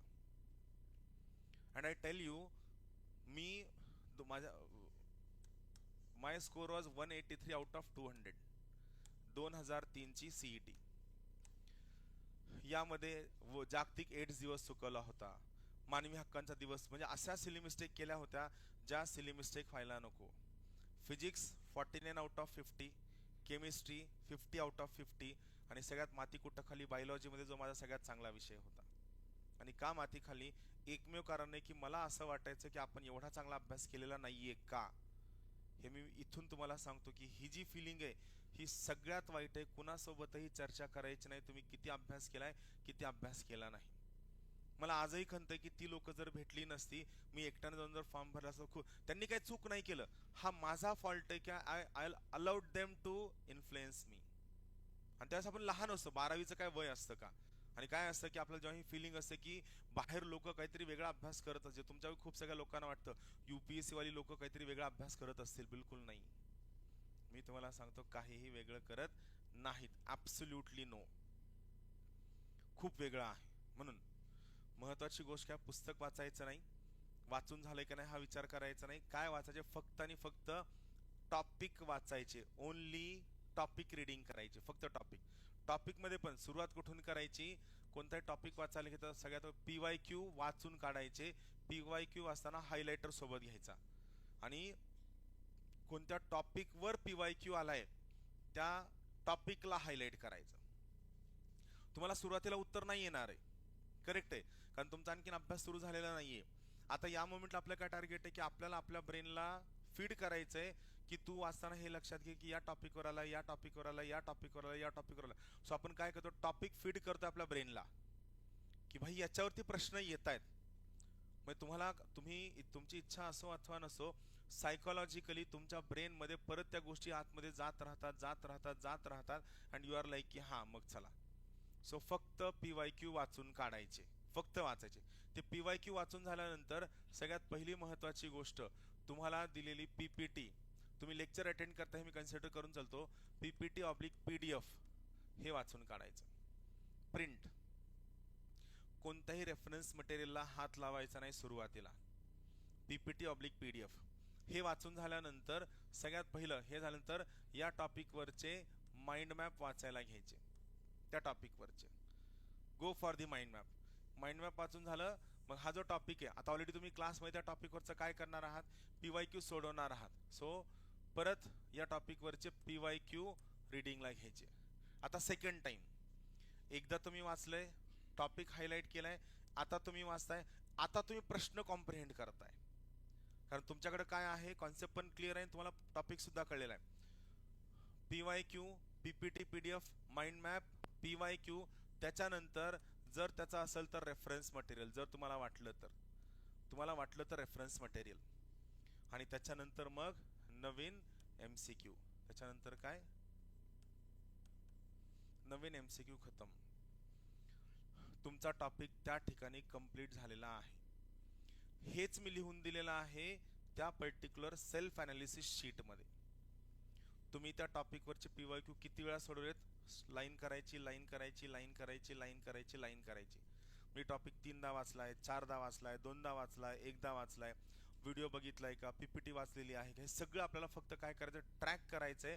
आणि या ट्रॅक केल्याच्या शेवटी स्वतःला रेटिंग द्यायची आहे की त्या टॉपिक मध्ये तुम्ही स्वतःला काय रेटिंग द्याल. 2 रेटिंग आहे, 3 रेटिंग आहे, 4 रेटिंग आहे, तुमचे काय व्हायला हवं, आणि ती रेटिंग तुम्हाला पेन्सिलनं द्यायची आहे. तुमचं काय आहे, आपलं टार्गेट आहे की एप्रिल महिन्यामध्ये, आता सध्या तुमची रेटिंग समजा 1च आहे, सिंगल स्टार आहे, तर ही रेटिंग एप्रिल महिन्यामध्ये 3 कडे जायला हवी. आणि सॉरी हां एप्रिल महिन्यात 3 कडे झाले आणि मे महिन्यामध्ये ज्यावेळेस तुम्ही ॲक्च्युअल एक्झामला जाणार त्या महिन्यात तुमची रेटिंग 4 कडे जायला हवी. 5 ची रेटिंग एक्सेप्शनल आहे की ज्या केसमध्ये तुमचं त्या टॉपिकवर एकही प्रश्न जर चुकत नसेल, कसाही प्रश्न विचारला तर त्याला म्हणायचं 5 ची रेटिंग. 5 ची रेटिंग फक्त मॅथ्समध्ये असू शकते, त्या अदरवाईज सगळ्यात बेस्ट रेटिंग काय आहे, 4 ची रेटिंग आहे. स्वतःला रेट करायला शिका, म्हणजे स्वतःकडे उघडपणे डोळसपणे बघायला शिका. आय टेल यू, मला परत माहिती आहे की तुम्हाला हे बालिश वाटतं की सर मी कसं रेटिंग करणार. स्वतःला सिंगल रेटिंग करा, 2 रेटिंग करा, 3 रेटिंग करा, पेन्सिलनं करा. हे आपलं काय व्हायला हवं, इम्प्रूव्हमेंट व्हायला हवी. सो सगळ्यात अगोदर PYQ वाचणं, सोडवणं नाही. PYQ वाचणं, PPT PDF, mind map, PYQ, reference material, नवीन MCQ, या सगळ्यामध्ये माझ्याकडनं स्टेट बोर्डला कुठंही जागा नाही, बिलकुल नाही. तुम्हाला दिलेली क्लासची पुस्तकच वाचायची, तुम्हाला दिलेल्या क्लासच्या हँडआउटच वाचायच्या, तुम्हाला दिलेले क्लासचे माइंड मॅपच वाचायचे. स्टेट बोर्ड कुणीही कुठंही आत्ता वाचायचे नाही. मार्च महिन्याच्या शेवटच्या 10 दिवसात जर तुम्हाला वाटलं की मला असं आणखीन बेसिक कळत नाहीये, कॉम्प्रिहेंड होत नाहीये, किंवा माझी कॉन्सेप्च्युअल क्लॅरिटी येत नाही आणि मला स्टेट बोर्ड वाचायला हवे, तर स्टेट बोर्ड वाचायला घ्या, अन्यथा स्टेट बोर्ड वाचायची गरज नाही. का तर स्टेट बोर्डचा सगळ्याच्या सगळा डाटा सगळ्या कोचिंग क्लासेसच्या रेफरन्स मटेरियल्समध्ये खूप चांगल्या पद्धतीने उपलब्ध आहे. स्टेट बोर्डचा सगळा डेटा आपल्या माइंड मॅपमध्ये कंप्लीट उपलब्ध आहे, एखाद दुसरी कोपऱ्यावरची फॅक्ट जर सोडली तर. सो तुम्ही स्टेट बोर्ड नाही वाचलत याच्या एवढी चांगली गोष्ट जगात दुसरी कोणती नाही. चला, गोल्डन फ्लो लक्षात आला, महत्वाची गोष्ट आहे. देन आणि हे पण लक्षात आलं, पुस्तक वाचायचं नाहीये आपल्याला. म्हणजे जो समजा कार्यकर्ता म्हणून सर माझं लक्ष्मीकांत 3दा वाचून झालं, त्याला सरळ बाजूला काढायचं. पुस्तक किती वेळेस वाचून झालं यापेक्षा high scoring topic, medium scoring topic, low scoring topic हे वाचून झालेत का याबद्दलची क्लॅरिटी आपल्याला ठेवायची आहे. अटेम्प्ट किती असायला हवा, जीएसचा अटेम्प्ट तुमचा 90 ते 95च्या आसपास असायला हवा. सीसॅटचा अटेम्प्ट तुमचा 55 ते 65. 65 खूप जास्त झालं. सीसॅटला या लेवलला अटेम्प्ट जात नाही, 55 ते 60 या लेवलला अटेम्प्ट असायला हवा. सो आत्तापासून डोक्यात हे टार्गेट ठेवा. देर आर चान्सेस की सुरुवातीला तुमचा अभ्यास झालेला नाहीये, तुमची अंडरस्टँडिंग नाही, सो तुम्हाला अटेम्प्ट कमी वाढवायला वेळ लागेल. पण सर माझा 40च अटेम्प्ट झालाय, यायचं सुद्धा नाही, नाही यायचं. You are not fit for this examination. येत नाहीये तरी सुद्धा, एकाही प्रश्नाचं उत्तर येत नाहीये तरी सुद्धा C C C C mark करून अटेम्प्ट कितीवर आणायचा आहे, 90 वर आणायचं आहे, म्हणजे आणायचं आहे. सर निगेटिव्ह होऊन -5 पडलेत तरी चालणार आहे, 100% चालणार आहे, 1001% चालणार आहे. पण अटेम्प्ट किती असायला हवा, 90, 85, 90. अँड जर तुम्ही अभ्यास कॉन्सेप्च्युअली खूप चांगला केला तर 95. 60 अटेम्प्ट होतोय सर, 32 अटेम्प्ट होतोय सर, 28 अटेम्प्ट होतोय. बिलकुल अटेम्प्टचं लॉजिक तुम्हाला सांग, बोर होत नाहीये ना. मी 11ला शार्प संपवणार आहे, उरलेलं परत शिकवायला येणार आहे, हे चालू राहणार आहे. फक्त माझं काय म्हणणं आहे की जे मी सांगतोय लक्ष देऊ नये का, कंटाळा खाली जावा, चक्कर मारून या. हा क्लास ओपन एंडेड आहे, लिबरल एज्युकेशनमध्ये बिलीव्ह करणारा आहे मी. माझं म्हणणं आहे भकाळ्या मारणारी लोक नको, आणि मला 80 लोक पास करायची आहेत, हे आपलं टार्गेट आहे. कारण मला माहिती आहे की रायटिंग खूप चांगली झाली आहे, मला माहिती आहे आणखीन 4 महिन्यात आपण खूप चांगलं लिहिणार आहेत, मला माहिती आहे जागा वाढणार आहेत. मला काही सोर्स नाही पण मी तुम्हाला सांगतो जागा वाढणार आहे, माझ्या ओळखी पण आहेत तरी सांगतो की जागा वाढणार आहेत. सो आपल्याला प्रिलिम्स खूप चांगली क्रॅक करायची. जर समजा यदा कदाचित राहिलीच प्रिलिम्स तर ती 8 ते 9 मार्कांनी राहावी, 50 मार्कांनी नाही. किंवा शेवटच्या क्षणाला वाटलं की नाही सर थोडंसं खूप डाऊन वाटतंय, come sit with me, discuss with me, will work out a way. पण माझं म्हणणं काय की आपल्याला हे पुढचे 3 महिने, हे पुढचे ते म्हणतात ना की 3 महिने सगळ्या जगाला विसरून जाऊन स्वतःच्या विश्वात असे रममान व्हा की you will be a completely metamorphosed new वाला पर्सन. स्वतःला त्या नवीन टाईपचं बनवा या येणाऱ्या पुढच्या 2.5-3 महिन्यात. पण महत्वाची गोष्ट, नवीन टाईपचं बनणार याचा अर्थ असं बिलकुल नाही की तुमच्या आयुष्यात अडचणी येणार नाहीये, टेन्शन येणार नाहीये, भांडण होणार नाहीये, घरी कुटाने होणार नाहीये, तुमच्या आयुष्यात कुटाने होणार नाहीये, असं बिलकुल नाहीये. You do not live in isolation, you do not live in vacuum. अडचणी होणार आहेत, प्रॉब्लेम्स होणार, या सगळ्यांमधनं मी कसं ओव्हरकम करून स्वतःला कसं बनवणार आहे हे आपल्याला लक्षात ठेवायचंय. आपल्याला आपल्यासोबत कॉम्पिटिशन करायचंय. हे 3 महिने मी तुम्हाला सांगतो या लेवलला प्रिपेअर करायचंय की आपल्याला UPSC प्रिलिम्स मधनं परीक्षा क्रॅक करायची. एवढं आपल्याला क्रुशियल आहे. व्हिजनचं PT 365 वाचायचं सुद्धा नाही. मी खूप लोकांना बघतो त्यांना सांगून थकलो की यामधनं प्रश्न येत नाहीत, पण आपल्या सोबतची तुमच्या सोबतची अभ्यासिकेत अभ्यास करणारी, आयपॅड घेऊन फिरणारी, जॅकेट घातलेली, असे खाली केस आलेली काही अशी जनता असेल ज्यांना बघून आपल्याला काय स्टुडियस आहे. आपण लोक किती हुशार आहेत हे त्यांच्या एक्सटर्नॅलिटीवरून डिसाईड करतो की हा किती आयपॅड कॅरी करतो म्हणजे नक्कीच हुशार असणार आहे. नाही तर आपलं काय फोनवरच चाललंय. नाही, I tell you, I have seen. मी जगाची सगळी नाटकं, याचा अर्थ मी 70 वर्षाचा असं नाहीये, पण मी 6वीला हॉस्टेलला गेलोय. सो मी जगाची सगळी नाटकं बघून झाली आहेत. म्हणून तुम्हाला सांगतो की एकट्यानं आपला रस्ता चालायचा ठरवलं की तुम्ही खूप पटकन पास व्हाल. पहिल्या अटेम्प्टला पोस्ट मिळेल. आय टेल यू, पहिल्या अटेम्प्टला शुअरली पोस्ट मिळेल. फक्त एकच काय की तुम्हाला त्या असं झापडलेल्या घोड्यासारखं चालायचं. आणि नाही, प्रिलिम्सचा पेपर देऊन येईपर्यंत किती स्कोर येतो याचा विचार नाही करायचा. आपण will come to that part. So हा गोल्डन फ्लो या ठिकाणी लक्षात ठेवायचा. चला, हा अटेम्प्ट बद्दल मी तुम्हाला सांगत होतो. अटेम्प्टचं लॉजिक काय आहे. हा बघा, इथं महत्वाची गोष्ट काय, मी लेटेस्ट आपण डिस्कस करूया 100 प्रश्नांबद्दल. बरोबर आहे. काय आहे, 100 प्रश्न आहे. अटेम्प्ट सोबत मी तुम्हाला टेस्ट सिरीजचं सुद्धा लॉजिक सांगतो की काय आहे.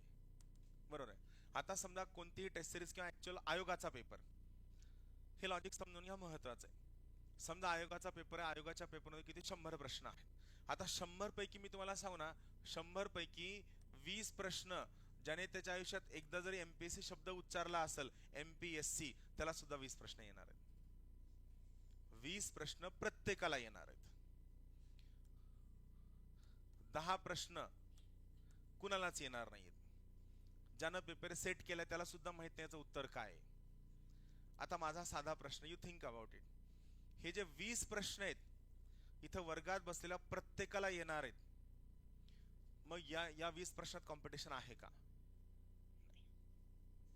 कारण तुम्हाला सगळ्यांना 20 प्रश्नांचे मार्क पडणार आहेत. सो या 20 प्रश्न what is there is zero competition. तुम्हाला प्रत्येकाला 20 प्रश्न येणार आहेत. इथं फक्त चूक कुणाची होणार आहे, जे लोक सिली मिस्टेक्स करतील. काय?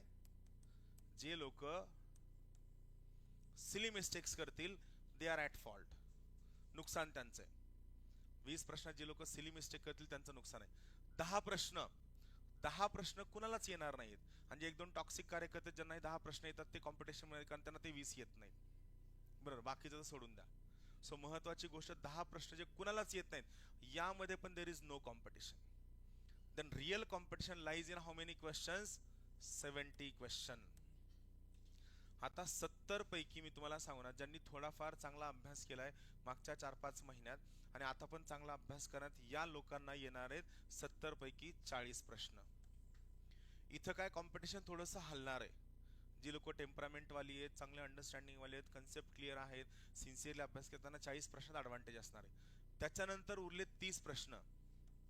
आता हे 30 प्रश्न जे आहेत ना, हे 30 प्रश्न टेक्निकली तुम्ही वाचलेत, तुम्हाला आठवत नाही. एखादं उत्तर पहिलं वाटतं, एलिमिनेशन करता येत नाही, लॉजिक लावता येत नाही, गेस केला तर उत्तर चुकते.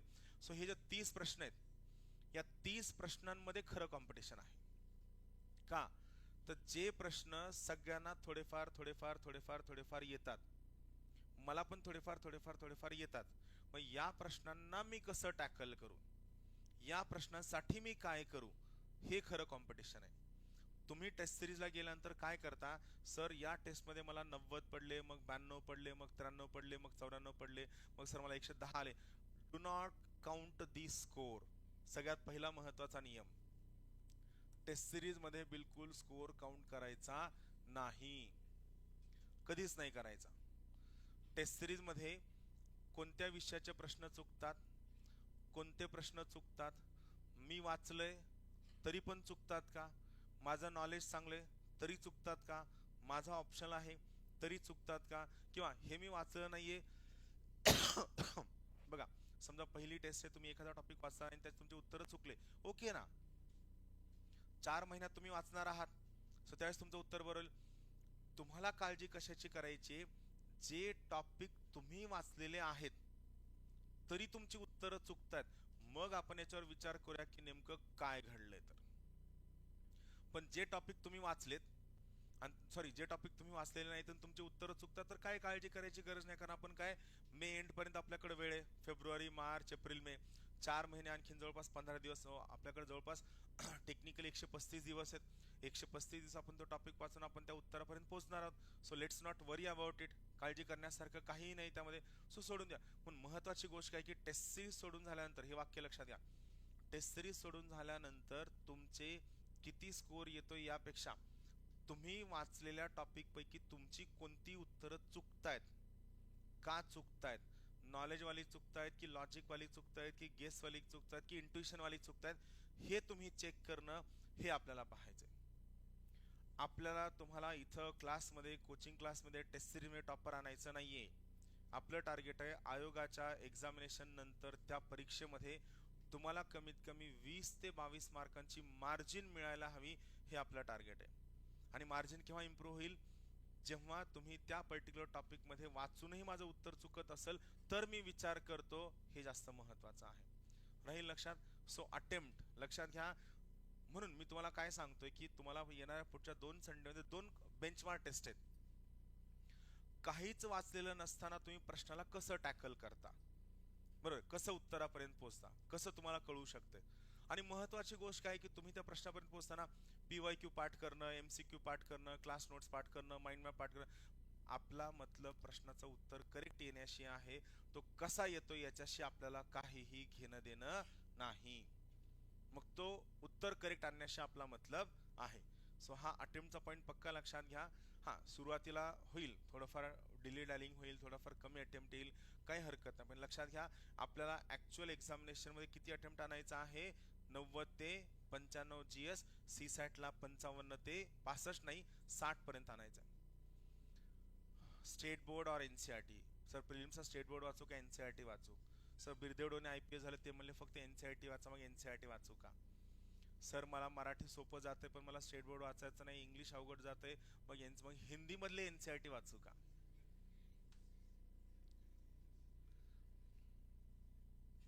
बिलकुल नाही. तुम्हाला जे शिकवलं जातंय हे शून्यापासनं, बेसिक पासून असणार आहे. जर तुम्हाला वाटलं की आणखीन सर मला आणखीन बेसिक मध्ये हवा आहे, तर ज्या रेकॉर्डेड बॅचचा तुम्हाला ऍक्सेस दिलेला आहे, त्या ऍक्सेस मध्ये जे सध्या नवीन बॅचला प्रिलिम शिकवलं जाणार आहे ते पण तुम्हाला मिळणार आहे. तुम्हाला हवं असेल तर परत बेसिक पासून हवंय, ते सगळे व्हिडिओ त्या ठिकाणी टाकतो. मला व्हिडिओ देण्यावरती, लेक्चर देण्यावरती कोणतीही अडचण आहे, किंवा तुम्ही तुमची जुनी फीस आहे, सो तुम्हाला जुने व्हिडिओ नवीन व्हिडिओ नाही असं सुद्धा काही करायचं नाहीये. फक्त माझं काय म्हणणं आहे, तुम्ही बेसिक पासून शिकवलं जातंय, स्टेट बोर्ड NCERT वाचताना या पद्धतीनं जर गरज असेल तर वाचा, ज्या ठिकाणी रिकमेंड केलं जातं त्या ठिकाणी वाचा. नाहीतर उठलाय आणि प्रत्येक विषयाचे 6वी ते 12वीचे NCERT वाचताय असा काहीही प्रकार करू नका. Don't do this. जर समजा जानेवारी महिना गेलाय, फेब्रुवारी महिना गेलाय आणि तुम्हाला असं वाटतं की सर माझं बेसिक्सवर आणखीन तेवढं काम होत नाही, किंवा माझे कॉन्सेप्ट क्लिअर होत नाहीत, किंवा मला कॉन्फिडन्स येत नाहीये, बेसिक्सवर काम होत नाहीये, कॉन्फिडन्स येत नाहीये, कॉन्सेप्ट क्लिअर होत नाहीये, थोडंसं अस्वस्थ वाटतंय, तर स्टेट बोर्ड वाचा. पण ज्या लोकांना आतापर्यंत कळलं की सर माझ्या अभ्यासावर चांगली कमांड येऊ शकते, मला गोष्टी चांगल्या जमू शकतात, आणि मला कोणत्याही पद्धतीने या ठिकाणी स्टेट बोर्ड और NCERT वाचायची गरज नाही, डोंट रीड देम.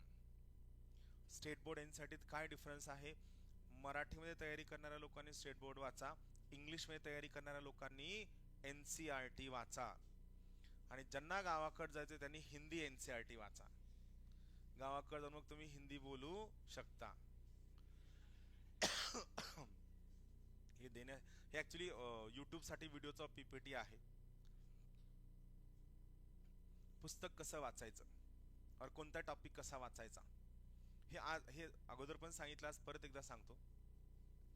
एका दिवसात जनरली 2 पुस्तकं वाचायची और 2 विषय वाचायचे. एकच विषय घ्यायचा नाही, सर मला संपवायचा आहे, संपून जायचंय कुठं हा मोठा प्रश्न आहे. नाही सर लवकर संपवतो हे बरं वाटेल, बरं वाटून का घ्यायचंय, चहा पिल्यावर पण बरं वाटतं. पुस्तक वाचताना 2 स्टेजेस. पहिलं स्लो, अत्यंत स्लो.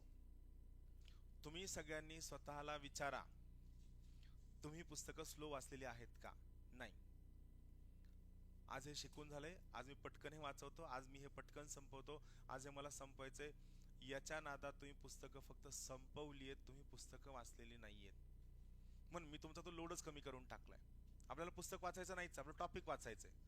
म्हणजे समजा लेटेस्ट तुम्ही लक्ष्मीकांत वाचायला घेतलं, 1000 पान आहेत, पण तुम्हाला वाचायची किती 400-600 पानांचा लोडच नाहीये ना तुम्हाला. 600 पान तुम्हाला सरळ काय करायचं, MCQ मधनं PYQ मधनं पाठ करायचं. आपलं 90% लोड संपलाय. सो स्लो वाचायचं, अंडरस्टँड करायचं, इंटरनलाइज करायचं, रिवाइज करायचं. पुस्तक वाचताना आता या मोमेंटला घाई नका करू. आणि हे वाचताना, त्या पुस्तक वाचताना तिथं काय करा, एक हायलाइट करा की क्रॉस करा, हा टॉपिक मला नाही वाचायचा आहे. आपल्या सभोवतालच्या पर्यावरणात गायी, म्हशी, जनावरं, झाडं, नदी, डोंगर, हे परत तुम्ही सेकंड रिडिंगला परत तेच वाचता की आपल्या सभोवताली गायी, नदी, झाडं, डोंगर असतात. बरोबर आहे. जर तुम्हाला पहिल्या रिडिंग मध्ये क्लॅरिटी येत नाही की सर काय वाचावं, काय अंडरलाईन करावं, काय अवॉइड करावं, जास्त लाईन अंडरलाईन करा ना, काय हरकत आहे. म्हणजे अंडरलाईन करताना काय करा, नंतर सेकंड रिडिंग मध्ये तुम्ही काय करा, पहिल्या रिडिंगला पेन्सिल वापरा, सेकंड रिडिंगला तुम्ही जेल पेन वापरा, थर्ड रिडिंगला मग हायलायटर वापरा, की जे लास्ट मोमेंटला तुम्हाला काय करायचं, फक्त खटकून तेवढंच वाचायचंय. जर पहिल्या रिडिंगला कन्फ्युजन असेल की सर काय वाचावं कळत नाही, पहिल्या रिडिंगला सगळंच महत्त्वाचं वाटतं, ठीक आहे, जे महत्त्वाचं सगळं हायलाइट करा. Second reading gel pen, third reading highlighter वापरा. टार्गेट ठेवायचं नाही, टॉपिक वाईज वाचायचं. Don't read complete book. एका दिवसात 2 पुस्तकं वाचायची. Start with your easy topic. High scoring topic मध्ये सुद्धा इझी टॉपिक वाचायला घ्यायचे. तुम्ही आलाय बस कामाला, बस जेवायला, आणि तुम्हाला बिलकुल न आवडणारी गोष्ट दिली, दिवसभर अभ्यास करून तुम्ही जेवायला आलाय आणि न आवडणारी गोष्ट दिली, हा खा, यात प्रोटीन आहे, चालेल का? नाही चालणार आहे. बरं ठीक आहे, तुम्ही माणूस म्हणून चलून पण घ्याल की चला ठीक आहे बाबा, लग्न झालंय, काय हरकत नाही, ऍडजस्ट करावं लागतंय. हे नाही ऍडजस्ट करत. Your brain need incentive. हे पहिल्या दिवसापासून सांगतोय, आयुष्यातल्या शेवटच्या क्षणापर्यंत लक्षात ठेवा. It's not about only competitive examination. Your brain need incentive. याला नाही, हे येड आहे, इसका कभी मत सुनो. This is very important. Your brain, तुमच्या ब्रेनला तुम्ही इन्सेंटिव्ह दिले, ते थोडं थोडं 2-4 बकेट जास्त हार्मोन सिक्रिएट करतं. जास्त चांगले हार्मोन, जास्त फील गुड फिलिंग, जास्त हार्डवर्क, जास्त कष्ट, जास्त काम. तर लक्षात घ्या, महत्वाची गोष्ट, start with your easy topic. Difficult topic skip for the timing, आणि don't waste your time right now on difficult topic. इथं इगोने अभ्यास नाही करायचा. सीसेटचा अभ्यास करताना वर्गात खूपदा एक्झाम्पल सांगितलं, परम्युटेशन कॉम्बिनेशन. एक बॉक्स होता, बॉक्समध्ये सगळ्या कलरचे बॉल होते, 8 बॉल होते, 2 लाल, पिवळे, हिरवे, निळे. आतमध्ये हात घातला तर कोणत्या कलरचे किती बॉल येतील?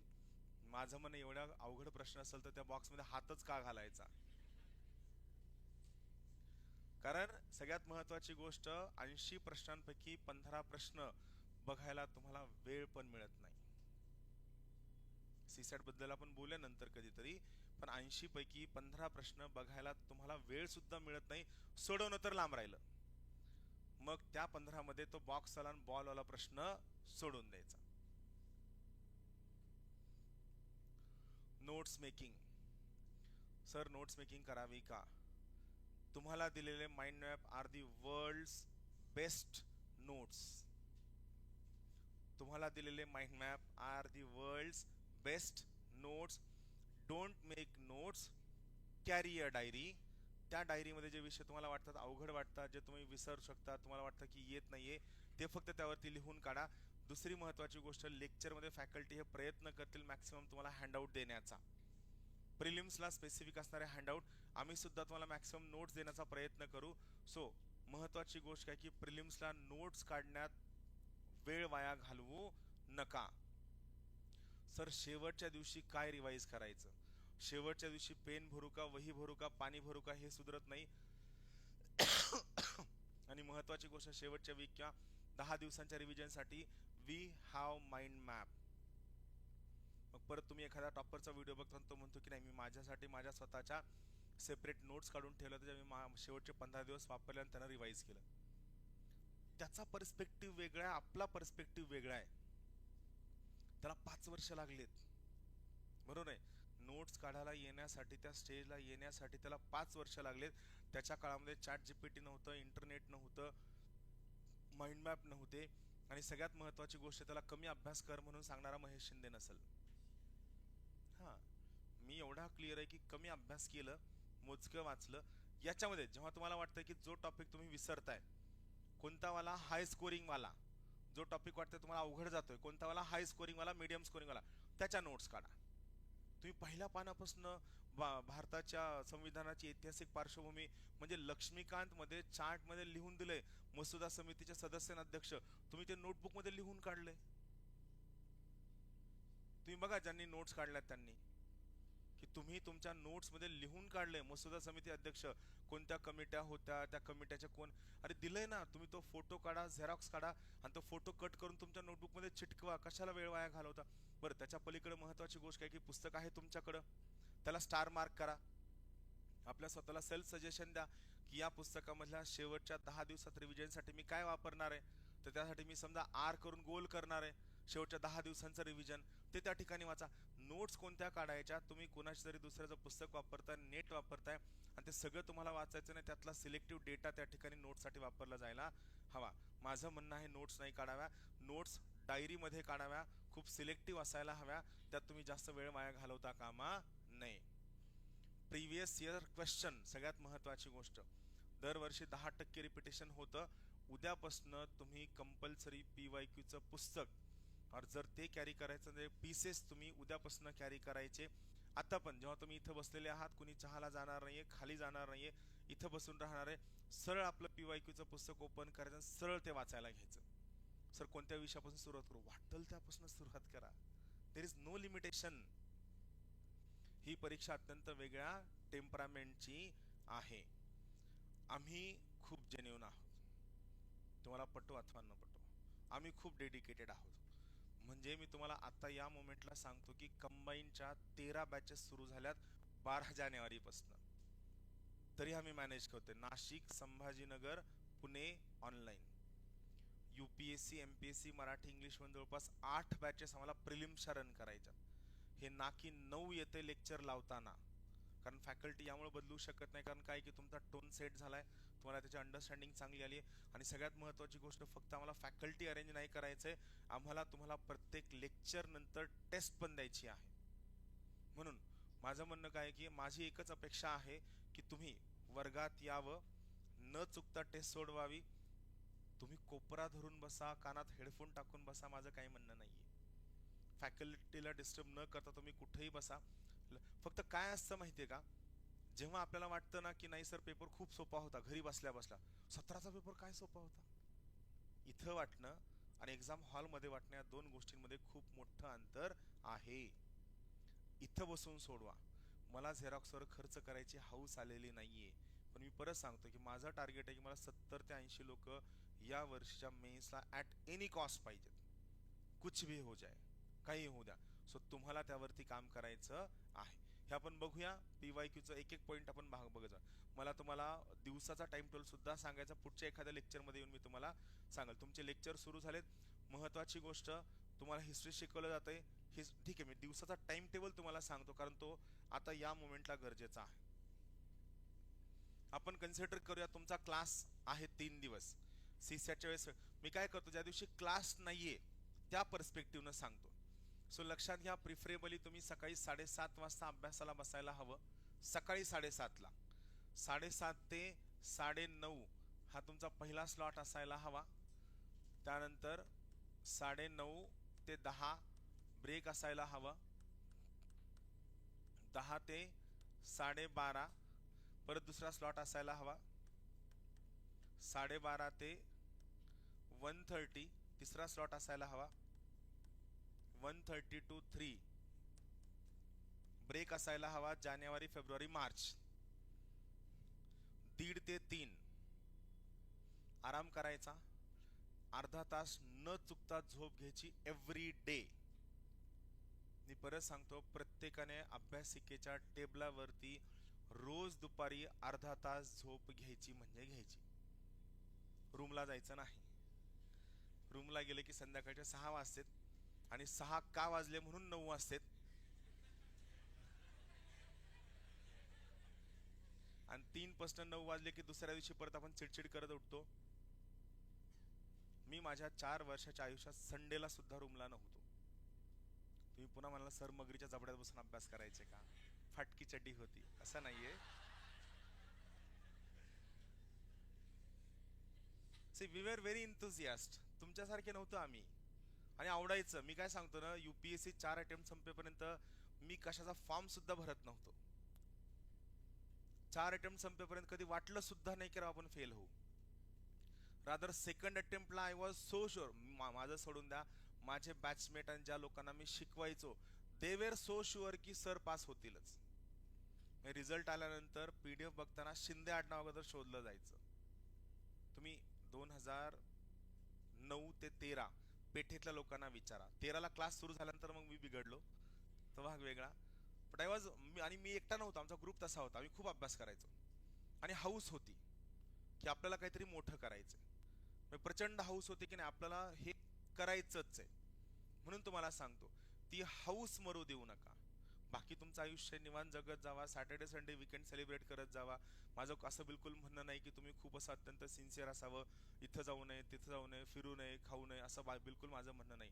पण तुम्हाला काहीतरी खूप मोठं करतोय आणि काहीतरी मोठं करतोय हे करताना मी माझ्या स्किल्सवर काम करतोय, ह्याच्यावर तुम्हाला काम करायचंय, जे अत्यंत महत्वाचं आहे.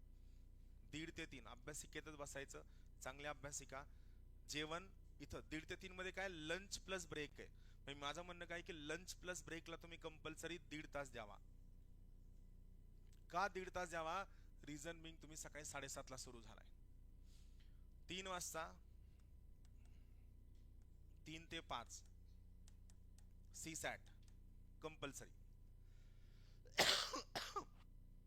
3 ते 5 CSAT एव्हरी डे. आता महत्वाची गोष्ट तुम्हाला सर राज्यसेवा CSAT सोपं आहे नाही. तुम्ही प्रत्येकाने राज्यसेवेच्या CSAT सोबत UPSC चे PYQ UPSC प्रश्न सोडवायला घ्यायचं. मी तुम्हाला सांगतो, तुम्हाला UPSC पेक्षा एक कणभर सुद्धा कमी शिकवलेलं नाहीये. सेम फॅकल्टी आहे, सेम नोट्स आहेत, सगळं सेम आहे, फक्त एक मराठीमध्ये दुसरं इंग्लिशमध्ये. पर्स्पेक्टिव्ह मध्ये सुद्धा अंतर नाहीये. मग माझं काय म्हणणं आहे की आपल्याला UPSC प्री सुद्धा द्यायची आहे. तुमच्या कोर्समध्ये मी तुम्हाला UPSCचा CSAT सुद्धा टाकणार आहे, राज्यसेवा CSAT सुद्धा टाकणार आहे. सो तुम्ही दोन्ही, इव्हन तुम्हाला जर वाटलं की नाही सर ऑफलाईनला मला राज्यसेवा CSAT नाही बसायचं, UPSC CSAT बसायचं, बिंदास पलीकडे जाऊन बसा, माझा काही विरोध नाहीये. कारण माझं म्हणणं आहे की प्रत्येकाने आपण ती परीक्षा द्यायची आहे. 3 ते 5 CSAT, त्याच्यानंतर 5 to 5:30 कम्प्लीट ब्रेक. बिलकुल भेटायचं नाही, बोलायचं नाही. नाही सर मी चहा पित नाही. खाली उतरायचं, अर्धा तास चक्कर मारायचे, घामाघूम यायचं, वर येऊन बसायचं. अर्धा तास एवढं मेकॅनिकल झालं पाहिजे की आपल्याला स्वतःला वाटलं पाहिजे आपण एवढं वर्ष आयुष्य कसं काय जगतोय. पण त्यात मजा आहे. त्यात ही मजा आहे की रात्री झोपताना, ठीक आहे त्या दिवशी कॉन्सेप्ट कळलेला नसेल, टॉपिक कव्हर झाला नसेल, जे काय असेल, पण रात्री झोपताना स्वतःबद्दल समाधान असावं की नाही माझ्या प्रयत्नात मी कुठं कमी नाहीये. बाकी जगाने मला नाव ठेवू द्या, महेश शिंदेनी नाव ठेवू द्या, कोणी नाव ठेवू द्या, मला माझ्याबद्दल गर्व आहे की माझ्या प्रयत्नात जेवढं मला जमतंय, घर सांभाळायचंय, नोकरी सांभाळायची, भांडणं सांभाळायची, सगळं सांभाळून सुद्धा मी माझ्या प्रयत्नात कुठं कमी पडत नाहीये. हे कौतुक घेऊन जर तुम्ही झोपाल ना, I tell you, you will have world's richest life. पैशांनी म्हणतोय मी, समाधानाने नाही. जर तुम्ही एवढी डिसिप्लिन आणि you will have world's richest life. एवढे मोठे व्हाल तुम्ही ज्याला तुम्हाला कुणी अडवू शकणार नाही. 5:30 वाजता परत बसायचं. 5:30 ते 8:30 नॉर्मली डिनरचा टाइम 8:30ला असतो ना जनरली. 8 or 8:30. त्यानंतर 8:30ला तुम्ही डिनरला गेलात, 8:30 ते प्रॉपर 9:30 तासभर जेवायचं. हा बसायचं कुठंतरी बस स्टॉप वरती बसायचं, कुठतरी बाहेर कंप्लीट 1 hour. 5 मिनिटात भुरकून जाता, जेवून येता, परत त्याच जागेवरून बसता. नाही, 1 तास स्वतःला ब्रेक. फक्त काय थकायचं नाही त्यावेळेत की तुम्ही इकडं पळताय तिकडं पळताय हे करता, असं नका. जवळपास कुठेतरी. त्याच्यापेक्षा आणखीन एक मी तुम्हाला सांगू, तुम्हाला जर पटत असेल तर, डब्बा लावा. 4 महिने डब्याचा खाऊन माणूस मरत नाही. डब्बा स्वच्छ नसतो, काही होत नाही, काहीही होत नाही. आपल्या अभ्यासिकेत डब्बा यायला हवा, आपल्याला सवय व्हायला हवी. 15 ते 20 मिनिटात शांत चित्ताने डब्बा खाल्ला. 45 मिनिट्स इथून यायचं, नदीपात्र क्रॉस करायचं, जायचं पलत तुकाराम पादोका तुकाराम महाराजांचं दर्शन घ्यायचं, पुन्हा वापस यायचं. 1 hour फॉर युअर सेल्फ. इथलची ताकद सगळ्यात महत्वाची, कारण तुम्ही आता तुमचा दिवसभराचा शीन संपवणार आहात आणि सगळ्यात महत्वाची गोष्ट, शीन संपवून तुम्ही उद्यासाठीची तयारी आता करताय. डिनर नंतर शक्यतो डोक्यात काहीही घुसणार नाही. आपली इच्छा असो नसो काहीही कळत नाही. डिनर नंतर तुम्ही जे करता फक्त नाटकं असतात. काही लोक ज्यांना डिग्रीमध्ये 1 नाईट फाईटची सवय असेल त्यांना गोष्टी कळत असतील, पण मी तुम्हाला सांगतो की जेवणानंतर काही कळत नाही. रोज ते होतं बघा, आज मी कमी जेवणार, पण चुकून एकतर मावशी भाजी तरी चांगलं करते, वरण तरी चांगलं करते, भात तरी चांगलं करते. हे नाही घडलं तर मावशी कालच्या शिळ्या चपात्याचे तुकडे देते. आज जेवण थोडं जास्त झालंय. 8:30 to 9:30, 1 तास. आणि महत्वाची गोष्ट खास करून तुम्हा सगळ्या मुलींना सांगतो, तुम्ही काहीच अभ्यास न करता अर्धा पाऊण तास बसणं म्हणजे पाप नव्हे. मुलींच्या बाबतीत हे असतं की नाही, मी आता अभ्यास नाही, काही हो, मी पटकन जाऊन येते, पटकन जेवते, थोडंच जेवते, एकच चपाती खाते. Don't do this. Do not violate your human rights. ही फॅक्ट आहे, मी तुम्हाला सांगतो. हे का फॅक्ट आहे? कारण पुरुषाचं आणि स्त्रीचं ब्रेन 100% सेम असतं. तर women brain is much brighter, much more better than male. मग या पर्टिक्युलर केसमध्ये तुम्ही काय, तुम्ही सगळ्या लोकांचा विचार करून नाही, मी बाहेर उभे राहिले, पोरं उभे आहेत ना 24 तास चौकात. बरं तुम्ही उभा राहिला तर काय अडचण आहे?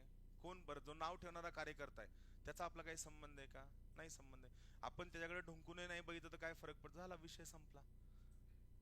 अपनी लाईफ अपने terms, right. 8:30 to 9:30, 1 hour break of night. सगळ्यांनी कंपल्सरी 1 तास ब्रेक घ्यायचा. 9:30 ला अभ्यासात यायचं, 9:30 ते 11 शेवटचा स्लॉट. 11 नंतर समजा तुम्ही 11:15 ला घरी गेले, 11:30 टू स्लीप. माझं म्हणणं आहे शक्यतो 12च्या आसपास झोपायचं, जास्त वेळ जागायचं नाही. 12 इज ओके. मग इथं महत्वाची गोष्ट, आपण आता टाइमचं डिव्हिजन जर करायला गेलो, 7:30 ते 9:30 लक्षात घ्या. इथून पुढं एव्हरी डे, म्हणजे समजा सोमवार मंगळवार बुधवार तुमचा क्लास आहे, पण गुरुवार शुक्रवार शनिवार तर 7:30 ते 9:30 या वेळेमध्ये कंपल्सरी तुम्ही फक्त आणि फक्त हाय स्कोरिंग टॉपिक वाचायचे. तुम्ही आतापर्यंत काय करायचात? 7:30 ते 9:30 मध्ये करंट इव्हेंट वाचायचा, एखादं पुस्तक वाचायचं, एखादं टॉपिक वाचायचा नाही. आजपासून आपलं टार्गेट आहे की आयुष्यामध्ये 7:30 ते 9:30 या वेळेमध्ये कोणता का विषय असताना फक्त आणि फक्त मी काय वाचणार? High scoring topic and nothing else. 9:30 ते 10 प्रॉपर ब्रेकफास्ट, अ गुड वाला ब्रेकफास्ट, बरोबर आहे. 10 ते 12:30 2.5 तास या वेळेमध्ये इथं वाचायचंय मीडियम स्कोरिंग टॉपिक. और जर तुम्हाला वाटतं की सर मला हाय स्कोरिंग टॉपिक कव्हर करायचा आहे तर त्या ठिकाणी तुम्ही कंटिन्यू करू शकता हाय स्कोरिंग मीडियम स्कोरिंग. पण लक्षात घ्या, दुपारी 12:30 पर्यंत तुम्ही फक्त आणि फक्त काय वाचायला हवं? सकाळच्या स्लॉटमध्ये only high scoring and only medium scoring. 12:30 ते 1:30 या वेळेमध्ये तुम्ही करंट इव्हेंट्स. कारण मी तुम्हाला सांगू ना, तुमच्या मेसच्या टाइम पर्यंत तुम्ही ऑलरेडी मेसमध्ये जाऊन पोहोचलेले असता, अभ्यास कमी झालेला असतो. तुम्ही सकाळी उठून करंट इव्हेंट बिलकुल नाही करायचं. 12:30 ते 1:30 जेवणाच्या 1 तास अगोदर तुम्ही करंट अफेअर्स करायचं, राईट. त्याच्यानंतर 1:30 ते 3 ब्रेक झाला, 3 ते 5 तुम्ही सीसॅट झालं, 5 ते 5:30 तुम्ही परत काय घेणार? ब्रेक घेणार आहे. इथं ब्रेक घेणार. 5:30 ते 8 या वेळेमध्ये सध्या जे क्लास टीचिंग सुरू आहे, ही क्लास टीचिंग 5:30 ते 8 मध्ये वाचायला घ्यायची.